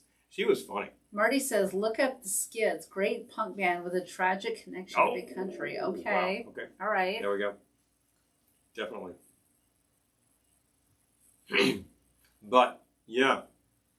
Certainly. And we've been talking Scottish bands because we got on that jag. And we did. That's kind of a great vein. You don't see people just talking about Scottish Kitchen, bands as a subset necessarily. And it's a cool subset, We've named some fantastic groups that everybody knows. They're like, oh, they're Scottish? Yeah. Exactly. They're Scottish. I mean, on these broadcasts with DJ Jimmy, he plays a lot of Eurythmics. Good to remember where they were coming from. Elaine won pineapple pants for me, Dan says. Oh! I love it. I totally forgot about the auction on Saturday, and then I got a message, you've been outbid, and I was like, you know what? It's okay. Hey. It's okay. We're a little busy. Glad you were able to add something to your collection. Yes. End of the day. Yes. That's just pineapple pants sounds great. Pineapple pantsless. So. I'd like to know. We donated, I guess, 3 things. I'd like to know if they all got bids, but... Yeah. We know we got bids on the books. Yeah. The normal instant tiki collection is Con Tiki and Aku Aku. The $2. I'd like to find them in hardcover. So you got like 2 nice substantial pieces for your library. We can usually find that pretty easily. We donate them. And they usually get bids. Amy says, did you open the Scottish ale I brought you? I don't think you did. It's still in our fridge. It's still hanging there. I feel that a Scottish ale is heavier because I've had them. They tend to be heavier gravity. They tend to be pretty amber. And I think as we get right into the smack of fall, when the leaves start getting very red, I want to crack that ale. Yeah. And the fact is, it can withstand a little age. So perhaps we need to do that's what I was going to say. A little episode devoted to some Psycho Candy. Maybe we just do Scottish bands and we go from there.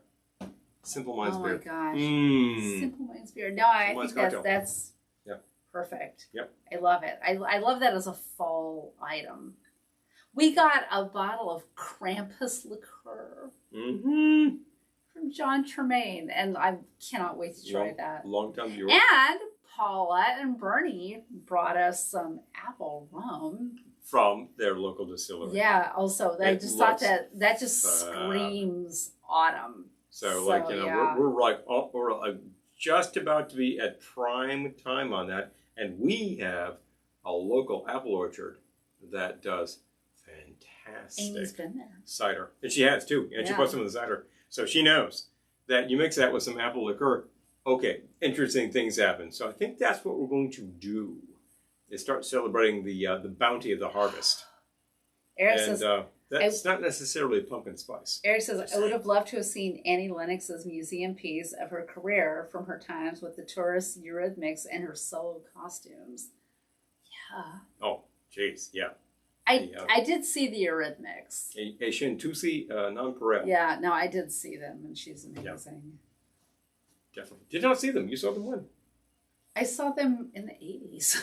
Well, when they were touring. When they were touring, yeah.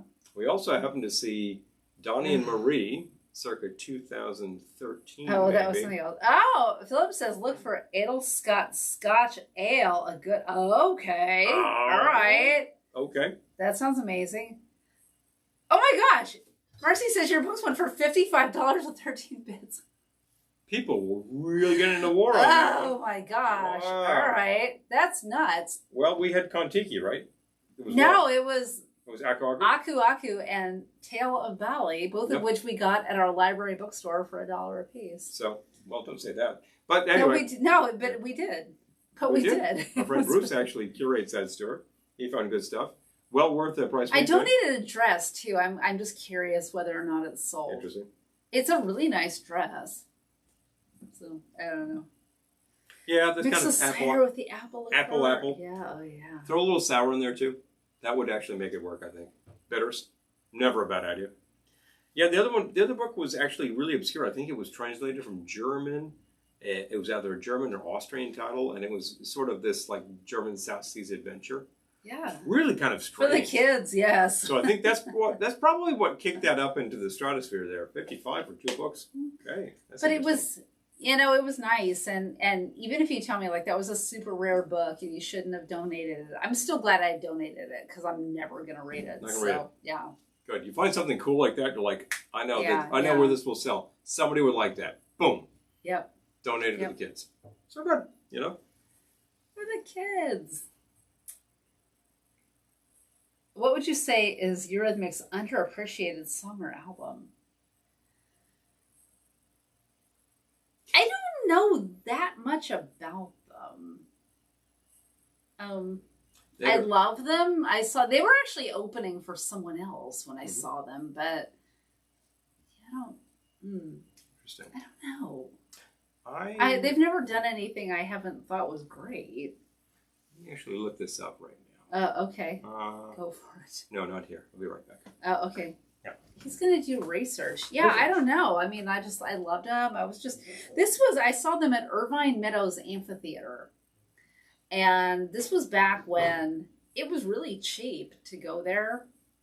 So I saw just about everything there because it was super cheap and that was great. You could get lawn seats. And I would go with my friend Jennifer or whoever, and it was just a thing we did back then. I think it must have been cheaper to go to concerts back then than it is now. Oh, Marcy says our stuff went for way more than I thought. I love that.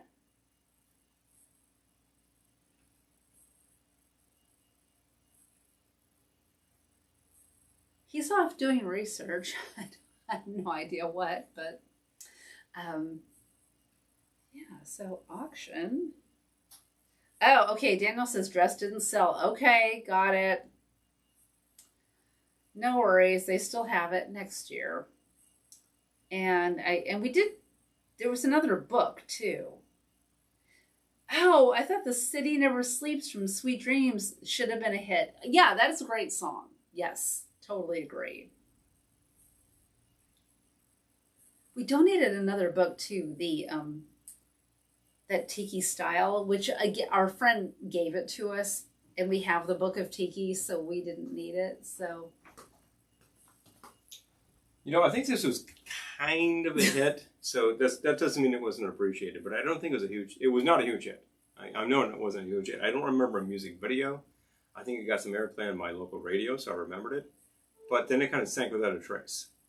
But on the album Be Yourself Tonight, huge hit record, had a really big hit with Would I Lie to You. There was a song called It's Alright, and I always liked that song. So I think that's an underappreciated Eurythmics tune right there. That's a really slow burn of a torch song. Yep, that works really well. The soundtrack they did for 1984. Yeah, that film did not do well, and people really hated it. But it was honestly doing that. The book didn't sell either. We actually gave it to my sister, and she donated it because it turns out she had it too. So whatever, it was free. That's a good bids. Next year. No, the Tiki Style one. Didn't get bids. Now, and we donated it because we had it, so we gave it to Christy, and she's like, "Oh, I don't have it." And then she got home and realized she had it too, so she put it in the auction. So yeah. But yeah, I've always liked that song, and I consider it underappreciated. Maybe it was a bigger hit than I thought, and it's like, oh, everybody knows that song. But we don't see it coming up on the New Wave show, so. No, we don't. So Hex. That is totally fine. Oh, love the there was a video. Yeah, there you go. Okay. Yeah, no, it's just really like, very, very slow burn with like a lot of counterpoint going on. Yeah, I thought the guys had a lot of talent. but definitely. So I'm just checking to see if I have a call time yet for tomorrow, which I do not. So. Not yet. You'll get it at midnight. Oh, your call like time the is song 5 a.m. Angel. Oh, yeah, yeah. Yeah. Remember that. I remember that one. Yep. Definitely. All right. Well, at least we donated books that generated $55. Happy with that? Irvine Meadows, Elvis Costello. Oh, yeah. Yep. Yep. Now we're talking. Venues back in the day. I didn't see a lot of like big venue concerts. I remember for some reason thinking that I wanted to see a supergroup, and suddenly Jimmy Page and Paul Rogers put together the Firm. So I saw them. This is an old dinosaur rock group. This is like, this is so far from what we're talking right now. There's no Scottish whatsoever. But I saw them, and like the other guys in the band were fantastic. So the whole combo worked. And saw them, I believe, in Worcester.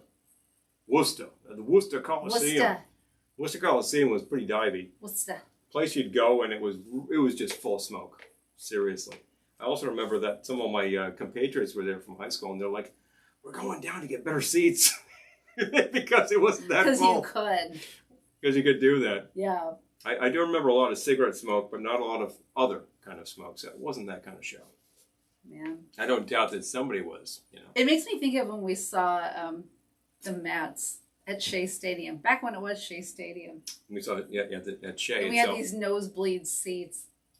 But nobody was there. It was a quarter full. Yeah, Seriously. You could have moved like all the way down. But we didn't because we didn't care either. Sorry if you're a Mets fan. Well, I equally don't care about the Yankees. So. There are many Mets fans out there, and they're Legion, and they're like Cubs fans. They know. Worcester Centrum. The Worcester Centrum. Do you know the Worcester Centrum? That's exactly where we saw them. Oh. Yep. Okay. Worcester back then was, of course, an old industrial town that was a little rust belt. It kind of still is, but it's kind of big. It's kind of a cool town now. That's the kicker. And it's also fairly elevated because it's just on that other end of the Berkshires. So, and there's also like a big line from Worcester to Providence there. There's a Worcester-Providence Railroad that from way back in the day. It was one of those towns you used to hear about. And the only other thing I remember about there was that the Higgins Armory Museum is there.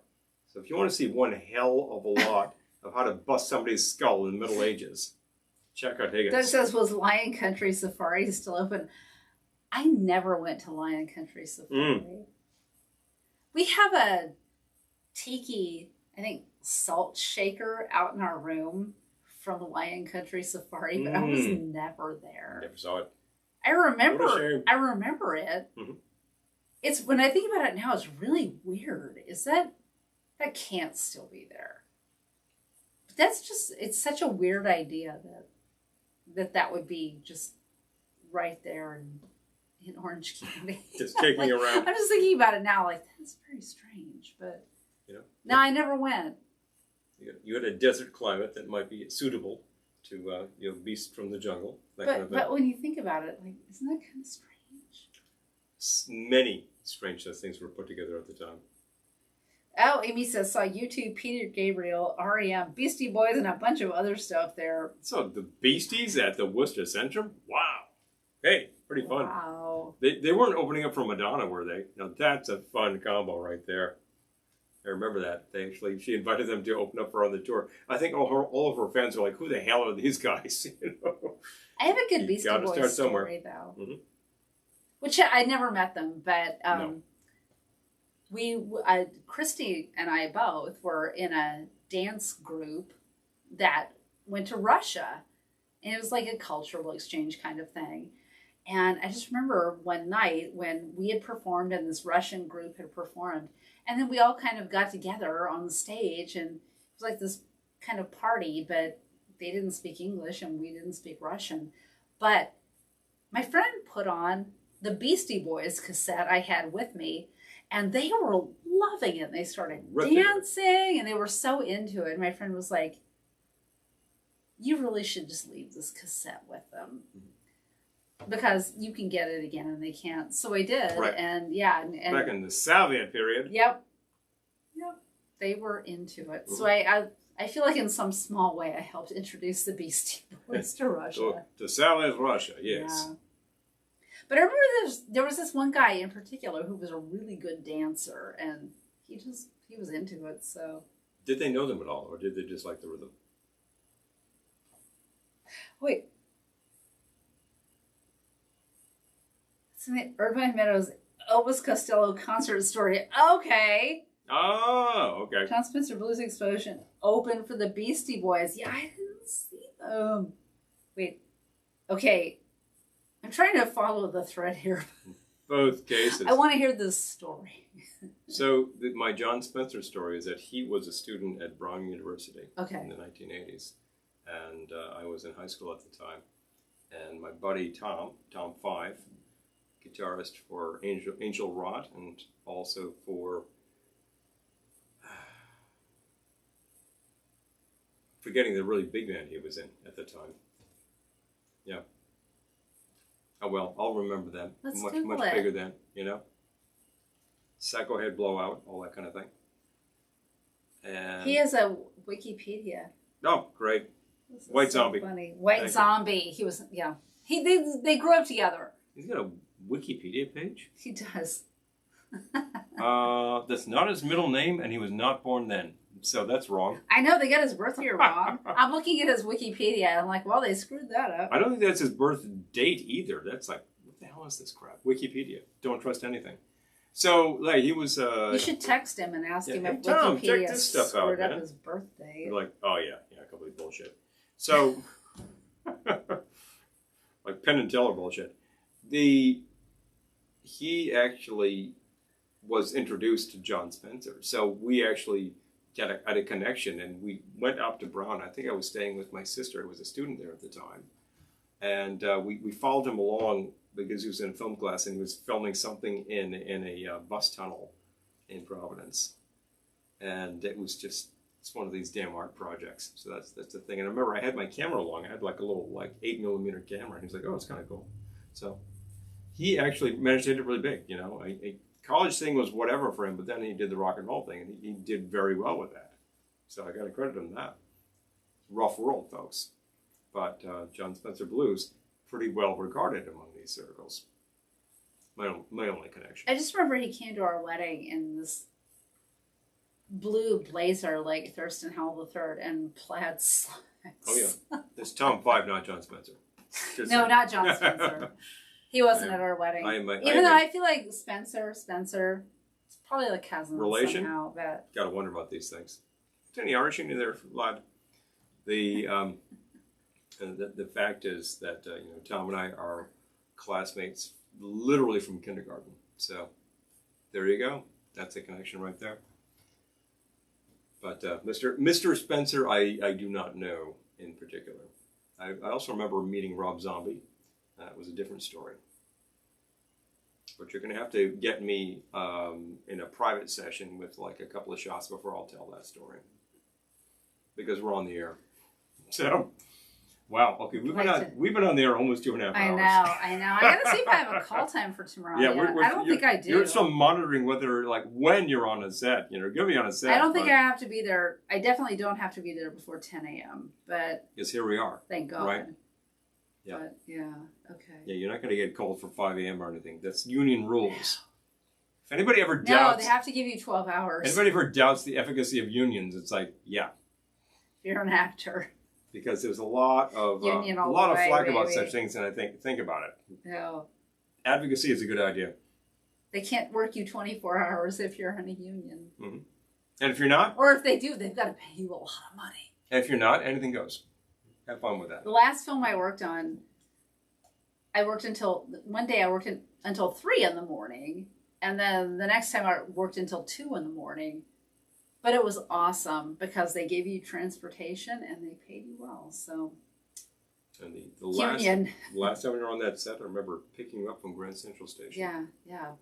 But anyway, it's kind of a fun drive. I digress. Yep, I digress.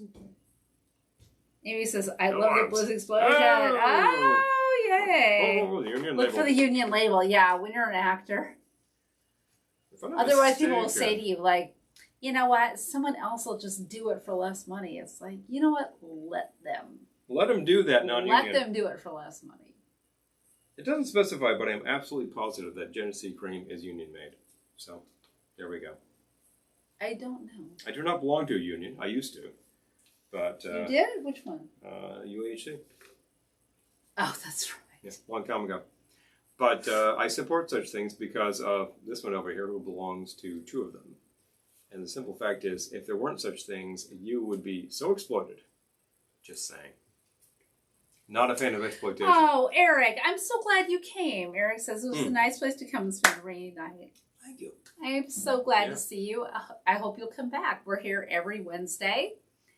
8 o'clock p.m. Eastern time. Yeah. Right now it's daylight time, but not for long.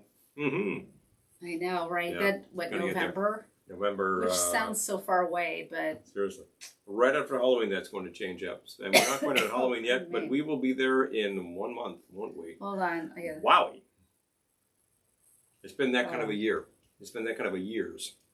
I feel like this year is like 665 days long, you know? Standard time change 2021, November 7th. Okay. Yeah. 2 a.m. I won't be there, but I'll change my clocks. Well, had some fantastic drinks. I revived my corpse with the Corpse Reviver. It was not bad. I think that I could probably... No, I think that was good. I like that. Goose those proportions a little bit because I wouldn't do like equal parts of everything. But that actually worked. I was okay with it. I enjoyed that one. Yeah, I was okay with the book. It actually, the book I have it right here. Mr. Boston, the newest guide there, specifically notes that this is one of those morning after drinks in case you were like, I don't know. It tasted like a full-on night of drink to me. If you go to your barkeep and it's like, what do you got for the whips and jingles? And whip you up one of these, you have it, you feel better. My personal remedy for the whips and jingles is a lot of water. Eric, we hope you come back. And alcohol seltzer. So that would be amazing. Yep. All right, so time to... It's about that time. You might have an early call. You never know. So... Well, they have to allow 12 hours, so it won't be before 10:23 in the morning. 10:23 in the morning, anyway. Yep. But you might find out. Fantastic. Folks, some of you attended this nut job thing called Ohana, and you are still here to tell the tale. Thank you, Julie. Big plus. Some of you are professionals who have attended this, and I tell you, power to you. You are making it happen. I kind of feel like one of the professionals attending it, and I'm out for lunch. Absolutely. If you hadn't and you wanted to, check for tickets come spring. They will be on sale probably. Oh, he's talking about Ohana. I'm talking about our show next week. Oh, I'm talking longer term than that, but definitely. In the meantime, if you're thinking, well, I'd like to see you again in your space doing this sort of thing with some other drinks and some other things that people have donated. I mean, we have some things that are going to be highly appropriate in about 2 weeks' time. It's time to start decorating for Halloween. We're going to like slap it down on you.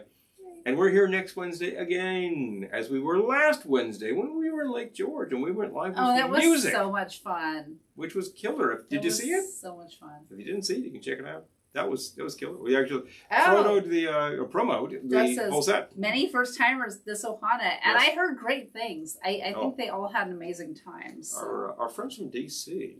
Yeah.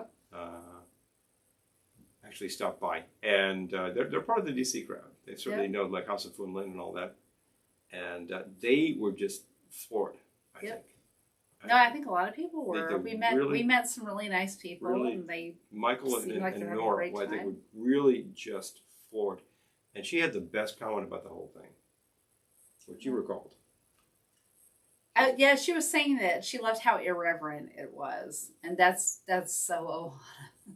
It doesn't sound like a lot of irreverent. A lot of cheeky events, which might sound a little more supplicatory.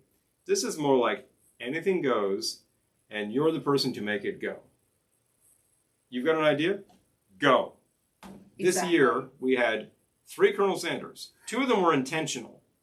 What, you had a spare Colonel Sanders out there somewhere? He was intentional. He just didn't know the other 2 Colonel Sanders were going to be there. He wasn't part of the action. He just happened to have a Colonel Sanders suit. It ain't easy being green. We had a late night beer garden because, of course, we are into Oktoberfest. Yeah. That was really fun. The Oktoberfest was After Really all the good. That action was on great. Saturday, That was suddenly really you had great. German beer and dirndls. This is insane. But it happened, and I enjoyed some It was of that insane beer. and delicious. That was delivered to us from the ladies who tiki. Yep. You can follow them too. Yes. So people have crazy ideas. They act on them. They let me know about that. I'm like, you go, girls, because that is crazy. Women. Make it happen. They made it happen. Go women. Nobody says you go women. They say you go girl. I don't call them girl. I think they're ladies. They are, in fact, the ladies. So they made it happen. Tiki. The ladies who tiki. And the ladies who tiki, they do. And they rock. And they do it hard. So love them. don't be afraid. Well, All folks. right. Okay. It's time. It's time.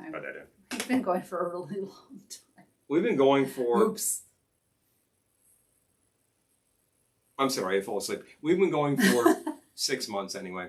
And probably more like 2 years. Well, I meant tonight. We've been going for 2.5 hours. Right, tonight we've been going for 2.5 hours, and I think we're just kind of pumped up from this whole event. Yes.